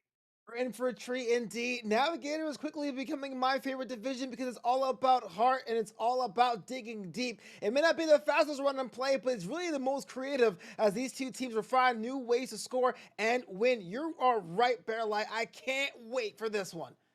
Oh, it's a good one for sure. Of course, Johnson and Wales University is JWU, and they come in at a 2-2 record. So the lower of the two records, but this one super close as well. Again, we have Marywood University at 3-1, but the two teams take the pitch. And of course, the best of 5 begins now as Marywood looks to jump into a 4-1 scenario. The only team that they lost to was Clark Gray, who is a very impressive team in their own regards. So definitely haven't shied away from any gameplay today, but that just makes the challenge for JWU even more difficult. And you love to see those teams face off and really work. Like you said, it's all about that dedication. It's all about that relentlessness. Yeah, as we head to the mid-form of the season, you want to make sure that these teams are basically shaping up their playoff form if they do that. So especially it's going to be a bit of a goal there. Forget what I was going to say about that. The scoreline is already open. Marywood gets on the board. Yeah, Jake Nader just the man on the spot there as the senior, and that leadership comes into play here as well. At some of these lower divisions, you see leaders step up all the time. Jake Nader, definitely one of those individuals. Jake Nader 1-2-1-2 will give this Marywood team the advantage here early in this one. And that was quite a velocity on the shot. And, you know, at this level, that shot will go in 9 times out of 10. That was a shot with a purpose.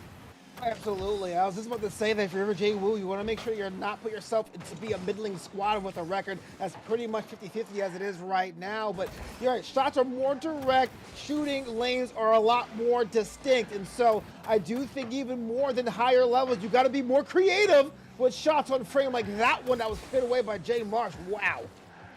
That was a great one to start things off. Of course, across the pitch here, we have Jack Blocks, the only senior for JWU Whites. And you take into consideration his teammates that joined him today, which is an Empty Realm and, of course, Speedy GG Gamer. Both of those are freshmen. So you have your leader, right? But you also have a young team here who's looking to develop and really fine-tune their skills because they're going to have a lot of time, especially if they're in a situation where they're in a 4-year scenario for college. That's how you build dynasties. It doesn't come in one day. It doesn't come with one squad. It's building for now and building for the future. So even though the records have a whole different story to tell, that's actually a pretty smart play there from Jay Wu. It was, and now they'll look back the other way, and a big save there from an empty realm as well, as the freshman able to get away from them. And Jack Blocks will play it over to him with an outlet pass. Plenty of room to work with, too. Gets a pop past 1, but a great job from J Marsh to step up on it. And now it'll be Marywood to look to press out, but they can't. The Speedy GG Gamer able to get to it. And now Jack Blocks shot on and in, all the way up to the ceiling to get that one and tie it at 1. To the guts go the glory, the victors go the spoil. Look at this barrel roll off the wall, shooting it down. It was a beeline. Got a hand on it, but it was pretty much academic at this point. And we're tied once more. And Jake Nader almost got there too. That's his recovery speed. As if you're just joining us, Jake Nader got the first goal of this series for JWU, and you know, they were looking pretty strong too, and Jake Nader with some recovery speed there, but just not quite enough, as that shot had some velocity of its own. So the two seniors on both ends of the pitch have been incredibly effective with their shots. And that's all about leadership, and you know, you'll see these two teams build on what they've established so far in the regular season, but that's how you make improvements, is when you have a strong leadership like both of these teams do. Yeah, and leadership doesn't necessarily mean being the one with the ball at the time. It's being able to really lead the charge in your rotations and really empower your teammates to be scoring threats, to be defensive threats at all. It takes a lot of resolve, and J Marsh has resolve to work that shot past the net. 2-1 Marywood. Yeah, it's a quick turn off that side wall, just to shield it there. And, I mean, you saw that Johnson and Wales University was trying to make a run down the field there. And so they all left at the same time. They had their offensive strategy to push down and get a counterattack, but J Marsh had other ideas. Great shot from him as he'll make it 2-0 now for Marywood University. Up for it now is Jackbox, as he's already even the score once. Try to do it again, but not able to do so. And it'll be K Yellow to try to get it out. It's up to Jake Nader. He's going to push it off that back wall. Not able to get a second touch, but J Marsh will. Right in the hands of J-Blox. He's up for this one. Good opportunity there, but again, K Yellow with a great job on the defense. They'll push it right back into the zone. Jake Nader stayed patient, trying to get another touch. It's a bouncer out in front. They're awkward, but somehow still able to come up with a save. Oh, that one was dangerous by any other metric. J-Wu escaped by the skin of their teeth that way, because that was just 1 centimeter to the left or right, a goal dead to right. We're still at 2-1, but J-Wu has to tighten their defense because you want to put yourself in an awkward position like that. Yeah, not a chance. But now pushing back into the zone, it's J-Wu. As K Yellow able to get to it, but Jackbox off the back wall had a chance. The shot goes wide off the side of his car, unfortunately not where he intended. And so Jake Nader will play it right back out. It's a pass up to J Marsh and does a great job to direct that. It's the redirect down the field that'll give Marywood the 3-1 lead. Tech hit. This was a lob, and J Marsh could have overshot that or shot it wide, but being able just to act as a doorstop, if anything, to give himself 2-goal advantage. That was actually pretty smart. I loved it. I'm taking notes for that later. 3-1. An excellent play. They stick with it, and they get credited with it as J Marsh has looked really strong here to begin things. As he's got 2 goals. Jake Nader, of course, started off the scoring here for Marywood. Continue to try to build. They'll get another possession here. And they've had a majority of the possession time as well. Jackbox 50'd off it by K Yellow. Called off it. That's good communication as well in the 50. Almost got it to work, but not able to do so. And now 22 seconds left for J-Wu to try to come back. But that's a great defensive sequence and should just about do it. Or does it? It's a cross. Hold that thought. An Empty Realm able to pull them back within 1. I was just about to say that despite the scoreline, Empty Realm has been an absolute stalwart on defense, but as soon as I had that in my brain, on the other side, offensively pulls them within 1. And you and I both know, Bear, a goal in 13 seconds, definitely doable. Oh, no doubt. It just takes 7 seconds typically for a kickoff, and now they have an opportunity for just that, but cleared with a purpose by Jake Nader out of the zone. And so now 1 opportunity left, but Jake Nader gonna keep it right there. Jackbox able to do a little bit with it, but it's off into the grounds. It'll be Marywood that takes game number 1. Well, an exciting exchange there for a minute. I didn't really know which team had the advantage, but when you have 2 teams that play similarly, it's the one with the more unorthodox goal that tends to be the one you give the advantage, and that was Marywood in spades. Those strikes were amazing and effective. They take game 1. They did a great job. And J Marsh, we talked about him on the offensive side of the ball, 2 goals in that one, but also 3 saves to round out that chance. Shots just about even here, slightly favoring Marywood here by the count of 7-5. And the scoreline 3-2, so pretty in the ballpark as far as we expected and anticipated the scoreline to be. That being said, J-Wu stuck around. And by the way, if you don't know, Johnson and Wales goes by J-Wu from time to time. So yeah, just giving you a heads up there. But again, they'll look to try to build on it. They stuck around in that game and gave themselves an opportunity to try to capitalize. But at the end of the day, Marywood just getting the job done here with the passing in the zone, the down the field passing, the redirect definitely stands out in my mind as to why, they took this game number 1. That passing is everything. Yeah, I'm looking to see more from Speedy GG Gamer to be really more on that defensive anchor. Basically, you pin Empty Realm to being the savior, getting 3 saves on the first game, you're pretty much cutting them off from being a scoring threat, and you need any goal you can. So Speedy needs to step up, be that person, that anchor in that defensive half, so the other 2 teammates can play up, and they may have a chance to even this pretty quickly. We were talking about how we're moving on to the Navigators division, which you would think would be a slowdown in pace. Maybe a little bit, but at the end of the day, the passing's still pretty strong, right? There's a few holes it's not quite the same pace, but honestly, these players are showing up. It's awesome to see them at this level and still making plays, and you can tell, you're right, the creativity is there as they look to, create passing chances, go down the field. They know the opportune time to make challenges. And now a bump as well. That's what I'm talking about. Right on cue. And a 1-0 lead. Looks like the teams were reading the script in the casting booth, because as soon as you said that, this one here was a little bit of a roller, and I would have been knocked away any day of the week, but that bump was tactical, and Marywood once again have the lead. And they look pretty strong with the lead. That being said, JWoo looked pretty strong themselves when they were down, as they had that opportunity, and it got within one with about 12 seconds remaining, and just weren't able to do it. But now, a return there, but J-Marsh so quick on that turn to get a nice save, otherwise they're in trouble. Yeah, Jay was doing that, but you know what? I always say when you stretch like that, you put yourself a little bit out of sorts. It's almost like when you do a haymaker, there's a split second when your hands are down. You want to have too many of those, because that can open you up to rebounds, and that will be a bad night for you if you let those second shots on frame go past the net. And let me tell you, there's nobody that will capitalize on it more than these two teams. So yeah, you have to clean that up a little bit, but no harm done for now. Good avoid of a bump there from an empty round, but he does get beat by it, and J-Marsh will put it drive it back in front, and now it'll be Jake Nader that puts it away. They'll be 2-0 now for Marywood. Well, you know what? I give this one a 6.0. They're beating two defenders out against the wall past that last defender, and you had the wherewithal to know where your teammate was? Wow, chef's kiss, 2-0. Absolutely not. I agree. That was excellent recognition and excellent execution, all in one. And maybe another opportunity here as well. But an empty round did not want to see any more damage than has already been done in this first minute.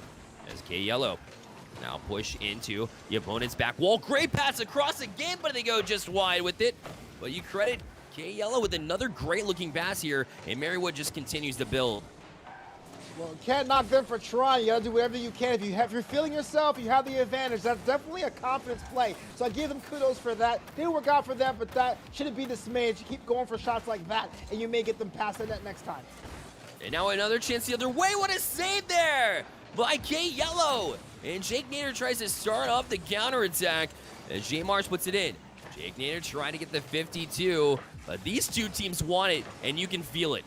Yeah, you can feel it now. The gloves are coming off. There was a bit of respect there in that first game, but this is a whole different pot of pumpkin, as my mom would say. 2-0, favoring Marywood. There's a lot of time left. You can tell Jay will try to find something, anything in their bag of tricks to make sure that scoreline doesn't stay that pat.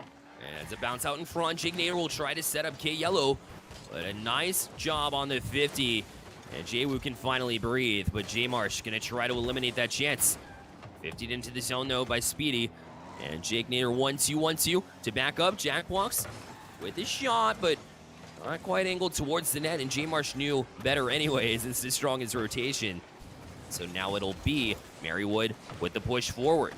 K-Yellow doing his part, playing it off back wall. Jake Nader just a little bit high. Back out to center, but they continue to just put this pressure on. And, you know, you blink and 3 minutes has gone by essentially. We're down to 2:08 now, and Marywood looking to establish and build and bring it to match point. If they don't hurry up, JWU, then they might be backs against the wall here for the rest of the series. Let's talk about the nuance of that attack of Marywood. You know, a lot of teams either would have fall back and become too passive or go full tilt and open themselves up for the counterattack. But I like the fact that Marywood has that clutching gas kind of dynamic, pushing forward when needed, easing up to give their opponents some space for that wayward boom, and that's given them so much more possession. They don't really have to score. All they have to do is run the clock down because they have a 2-goal advantage. There's no doubt, as now it'll be K-Yellow. Jumps up on it, but the senior Jack blocks, able to play it over the freshman in empty realm. But right to midfield, J-Marsh with a quick turn. J-Marsh has been so speedy in this one. In a division where you don't expect it, his turns have been timely.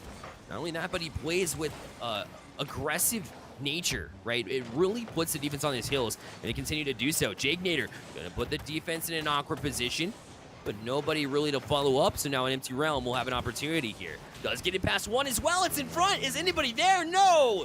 Yale able to get back to it because one was demoed off the play. Well, yeah, you can't fault for that. You did everything you can to put it on a platter for your teammate, but if they're dead, then you're on your own. And, well, it's unfortunate the way it is, but I guess that's going to be the insurance there for them. So close to making that happen. And even though the scoreline hasn't changed, I like the fact that these things are trying new, different plays to get that ball on, on 3-0. Look at that, Bear Light. Wow. Thank you. Just about every single time here. Yeah, K-Yellow able to jump on that, and Jack blocks at this point. Didn't have much help on the defense. It was backwards angled as well. So you carry your momentum into the net. There's not much you can do about it. Just a well-placed shot as well. And Marywood looking to make it match point already, especially the way that Jwoo tried to stick around in the first one. It just has not to be in this next game, as they have all sorts of confidence now, and rightfully so the way they played. Why I say not all goals are created equal. That one left a man on an island or a car on an island, and that's the one you go around and go, hey guys, where were you in defense? And that could be the seed that breaks the spirit if you're not careful in Jwoo's case. Yeah, in fact, you see it kind of going by the wayside right now. They need a bounce back effort, and we saw it in the last series as well. We'll see if we see it again, as they will clear one out. They didn't want to make it 4-0. They wanted to at least build on something, and a save might be able to do it. I don't know, though. Marywood looking so strong, and it's hard to stop a train when it's rolling, and for me, J Marsh has been a large part of that. I see K Yellow on the top of the scoreboard, yeah, but really, J Marsh really facilitates all of the plays. He touches just about, he's involved in just about every play that they created in that last one. Yeah, and it's kind of unfortunate. I mean, you can't win anything if you go 5 minutes without scoring a goal at all. Wins and losses are kind of out of your hand if you don't have any kind of coin toss, but you got to put balls on the net. And again, I'm from the fact that Speedy GG game has been rendered invisible. Not the worst case in the world. If you're not able to push up, you're not able to touch the ball, then you have to be more aggressive. Take your opponents out the play to free up more space for your teammates. There's still a path of victory here for Jwoo. You just have to focus now because you're looking at defeat. That's an excellent point, because Speedy GG Gamer has been a little bit quiet, and the way that you solve that is through the physicality, right? The bumps and demos, and especially when you have Jack Blocks leading the way as a senior with clearly plenty of experience, because we saw him lead off the scoring here, so we know he's capable of doing that. We'll see if that's the game plan. But that's all goes back to communication, which is important, in the classroom and, of course, on the pitch as well. We'll see if they can establish that. And you got to love the NECC for that reason. You're building all sorts of skills in the world of esports. Yeah, NECC does a really great job of empowering so many different organizations and schools to give them a chance at this beautiful game of Rocket League and other games. So I got to give a lot of credit for that one, because I've been on the edge of my seat all evening there, Bearlight. That's right. It's been super exciting. And what a night it's been with you as well, Novanta. I appreciate you joining me too, as we head into game number 3 now, and a chance to close out here for Marywood. As it'll be Jack Blocks looking to lead the way for JWU, as we'll look to steal one back in this series. But it'll have to, start with a full team effort here, as it looks like Jack Blocks, he's been trying to do things, and Empty Realm has been pretty sharp too, but they can't do it themselves. They'll need a little bit of help. Oh, that one was dangerous. And the quick turn by J Marsh, and look, he's already up. I like the confidence, but just a little bit short on that jump this time around. And first minute played, and very defensive. No goals here so far.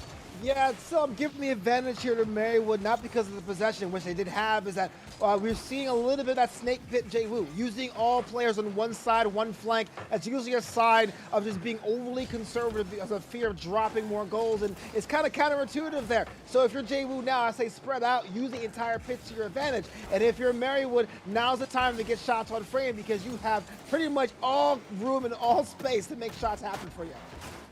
And an Empty Realm was looking at an empty cage, but a good pass across, and Jack Blocks will give them the lead, and that's a step in the right direction. That's what I said here, using the right flank off the wall, and you have your teammates right in front of the net on the right side, and the third man, if necessary, was on the left. That's going wide. That's giving more space to your teammates, and that got them some dividends. 1-0. Excellent execution there. So they stick with it, and they're able to make a play. Just like that, you come alive, and try to build and establish something upon it, but you have to be the next to score, because let me tell you, if Marywood answers here, then it's so difficult to go back out and get another one, especially when the goals have been hard to find here. Jack Blocks gonna set it out in front, but a good job from the defense. Get back in time. Now Jake Nader will step past the third man back. Should be a little bit of a bump play here, but they weren't able to connect on that one either, so they'll have to backtrack. Jack Blocks not able to beat J Marsh, who has been an absolute presence. And you have to continuously think about his midfield play every time they go down the field. He's been great. Yeah, it takes a lot to be able to beat your defense tangibly and consistently, but just to be a nuisance on both sides of the ball is invaluable. Maybe not for goals all the time, or maybe not for demos, but if your opponent can't read you or know what you're going to do next, that's the advantage you may need to step some of your teammates. J Marsh will set himself up, goes up for this one, but kind of overcommitted for it. We'll look for a bump instead. We'll retreat for boost. And Empty Realm able to jump to it. Speedy gets up for it. Does get a touch, but again, a great 50 there from Jake Nader. as the midfield presence has been the strong suit here for Marywood as they continue to just press in, but Jackbox will try to change that pace. Touch off the back wall now. It'll be an empty realm to turn to. Jackbox will play it back to him. An opportunity, but couldn't quite get around it to get the angle. And now down to 2 minutes left, and JWU looking like, they might be able to hold on if they can just continue this presence. A good bump and a goal, and an empty realm will make it 2-0 for JWU. In fact, that shot on frame was so late, I thought the scoring drive was over, but Empty Realm makes that happen the last possible moment to double the lead. And, well, I would say there's a lot of time to score 2 goals, but the way that last minute has gone in the favor of the controller, Jay Wu, they may have this one if it holds. It's looking strong. And, don't credit Marywood out because they have been doing a great job to really control the pace at the midfields. And they just haven't quite broken through yet, and there's 1:38 to do so. If anybody's capable of doing so, it would be them. As you see J Marsh, he set up his teammate perfectly, but they're a little reluctant to challenge there. And because of that, they'll have to restart things through the hands of J Marsh. Met there by an empty realm. He'll try to play it over to teammate. It'll be Speedy. Tries to clear it back into the zone, but it's trapped by him yet again. And now they'll have to retreat. An empty realm, and the strong rotations here from JWU continue. So many things to like about this. I like the fact that Marywood is trying what they can to at least push the ball towards the net to make Jay Wu stretch. But at the same time, I like the fact that Jay Wu has been able to knock everything out of the way to frustrate their opponents. This right here is what makes defensive classes so great, especially in Navigator's division, having the focus to keep on trying to not drop that concentration. And this is why this last, 20 seconds has been so great to watch. Yeah, look at them again, and they are in to support one another, which didn't exist in the first 2 games. It's a big change, and a super important one, too. As you see a more full team effort on their rotations, their communication has definitely stepped up, you can tell. As Jackbox and an empty realm both double commit to this one, and J-Marsh is the one in the midfield. That's not who you want to see, as he has been super talented. Jake Nader off the back wall. The follow-up is a good save yet again, and JWU's defense has kept them in this one. They've been super strong here, Novanta, and it looks like they will take this game number 3 and stay alive, but they'll continue to be on match point moving forward, but a step in the right direction, of course. Realm with this stuff that was very critical to make sure the scoreline stays 2-0. And well, Jehu gets one in this one, even though they're still down 2-1. This one was a complete performance for Johnson and Wales. Yeah, and Johnson and Wales, of course, led by their senior Jackbox. I said he was going to be the one that needs to step up, but him and an empty realm, they teamed. They were a solid duo throughout the entirety of this game, and although Speedy GG Gamer still yet to come alive in this series, it seems like he did just enough. He was actually credited with an assist here, first point, which is super important because if you get your third man who just solid trying to, stay rotationally sound, which I would argue was definitely the case here, you can continue to do that, and then suddenly you're talking about JWU having a chance in this series, but they'll have to prove me wrong in the fact that I just see so much strength in Marywood, and they just weren't able to find goals in this one. But look out for J Marsh in this next one as he'll look to come alive. That combination between him and Jake Nader are so strong. So JWU, it's still that uphill battle moving forward. Yeah, there's a little bit of that champion's hangover. You on Series Point, there's always that human nature of going like, oh, we got these guys beat. Don't do that. Even if you think you think your opponent's weaker, as you go on into playoffs, into the finals, into all that good stuff, you want to make sure to put that on the gas when need be. Marywood has to close this out for their own sake, but I like the fact that Johnson Wells has the resolve to keep traction and clawing their way back into the series. Yeah, they've had that heart for sure. And, it doesn't help that Speedy GG Gamer going through a little bit of latency issues too, so they'll look to clean that up and maybe contribute even more so. Imagine having those issues and still being able to pull out a win. That's why I argue that Johnson Wells ultimately does have a chance here. But that being said, again, Marywood comes out with that stacked roster, and their defense kind of fell apart a couple of times in that series. Now is the difference. Otherwise, defenses both ways were incredibly strong. We move on to game number 4 of this best of 5, as it is Johnson and Wales looking to stay alive. K Yellow trying to play back in the zone. The senior Jackbox right back out of the zone. Look to try to sidestep, but shielded on the wall by Jake Nader and Speedy GG Gamer on that wall. Able to kind of return the favor here. J Marsh gets the touch, makes the defense look a little bit awkward here, but K Yellow couldn't quite get around it. But an excellent start here, as it looks like, this Johnson and Wales team is on their back heels, and sure enough, I called his name, and he's the first to score. It's J Marsh. Look at this angle here, across the wall, and it was a knock ball loose. J Marsh sees it, eyes it, bottom 90. See, they call me Novanta because it's 90 in Italian, and 90 is where you want to go. Top corner, bottom corners, almost impossible to swat away. 1-0 Marywood. Oh, man, appreciation for that. Yeah, the placement on that shot was second to none. As that looks like a Champions Division placement on the shot. Absolutely. J Marsh coming alive. Demo here from K Yellow as well. J Marsh again, shot in. Oh, 2 goals in the first 43 seconds. Makes it 2-0 for Marywood. So this is what we're talking about, having that third man, quote unquote. K Yellow was somebody who's almost always unmarked, and you may think there'd be a chance to give him the shot, but the demo from K Yellow opened the space for a teammate to score. This is about being dynamic on the offensive attack, and that's been the difference. 2-0. JWU's got to be feeling a little bit rough about this one.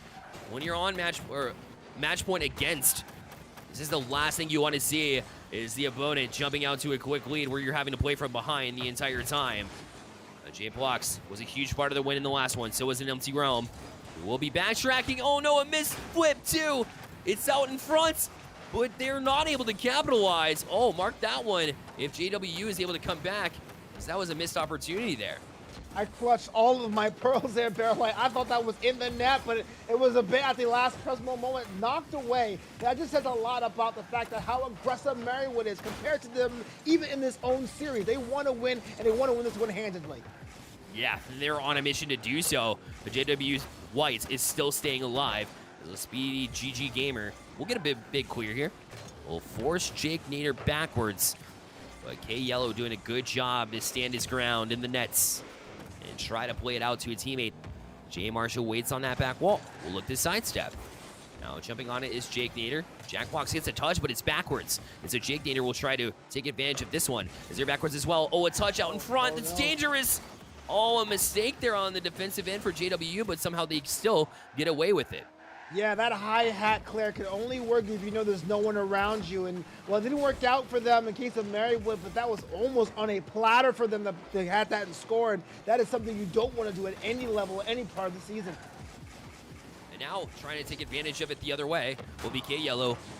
And this Marywood side, it's up in the air. Jake Nader, the one to take a shot, and Jake blocks. Able to get to it as an empty realm was sitting there in the zone. He'll be credited with the save, and Jackbox the other way.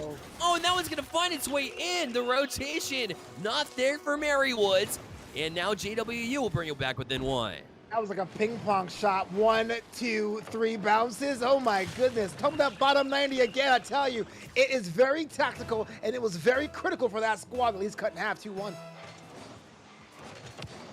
And off the kickoff now, they'll look to push forward as well. Jackbox with a quick transition here. Puts it in front. A shot. Oh, they tied it too off the kickoff. And with 2:20 remaining, we're even. That there was easy pickings to take in the corner. Jackbox just being a wall, knocked the ball outside, and that was a whole new tied game, and momentum is shifting. I can feel it. I know you can, Bearlight. It's definitely there. And JWU, you can feel it, them knocking on the doorstep, but when you saw them convert that quickly, I thought, yeah, they're going to tie it at some point, not in 7 seconds like they did. Incredible work there, but oh, man. Clearing it out in front is J Marsh with the demo to free things up. K Yellow will give them the lead back. Marywood up 3-2. Gotta call me Novadamas. I know KL will be the X factor, and that was critical, not because they scored, because all goals are important, but it stopped the bleeding and the momentum there. They're out in front, Marywood. They have to get more distance between them and Jay Wu. Yeah, because you know they're going to be knocking on the doorstep. They answered really quickly the last time. We'll see if they can do it again. SPDGG Gamer gets it down the field, but J Marsh, of course, he's in the midfield. He's always in the midfield. And was able to play it past one, but not Jack blocks. As that shot's going to go up and in. The defense can't get to it. And you called his name once. There it is again. It's KL to make it 4-2.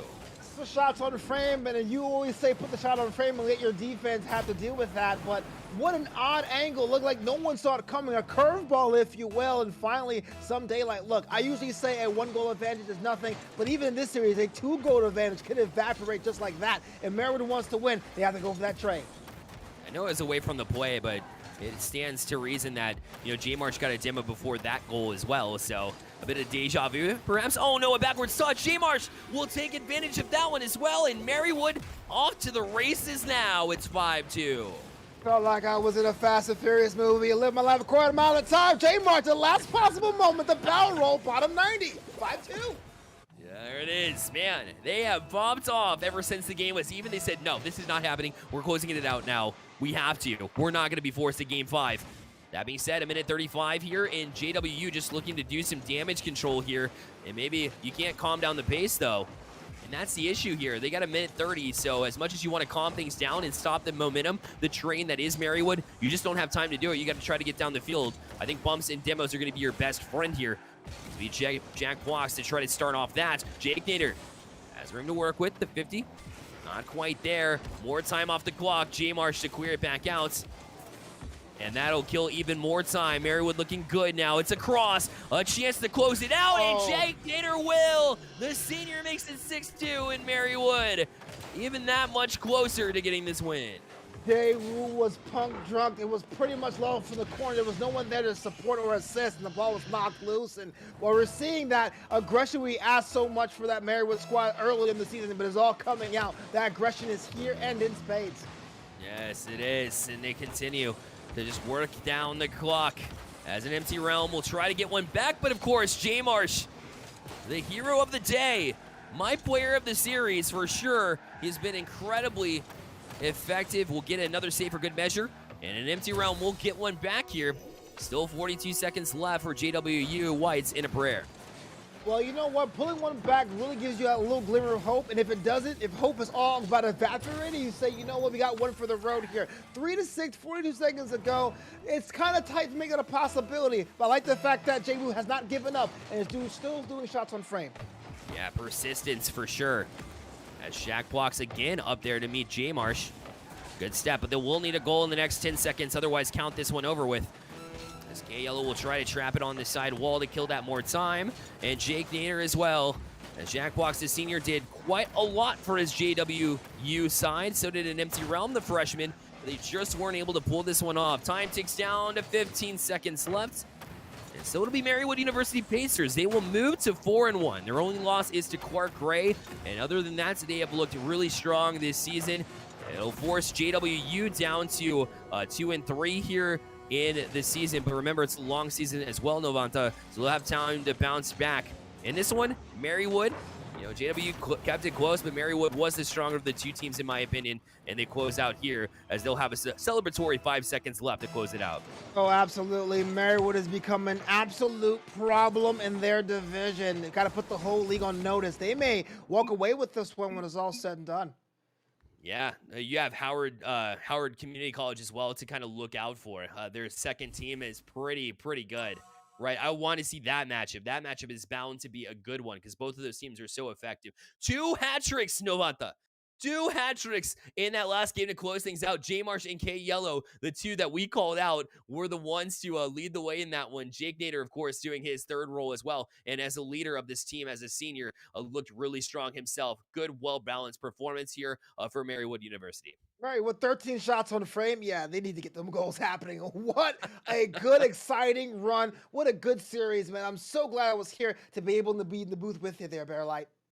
Oh, it was an absolute pleasure. 2 great series that we got to see. When we come back, it'll be Baker University Esports facing off with Buena Vista University Navy. So don't go anywhere. You're watching the NECC Network.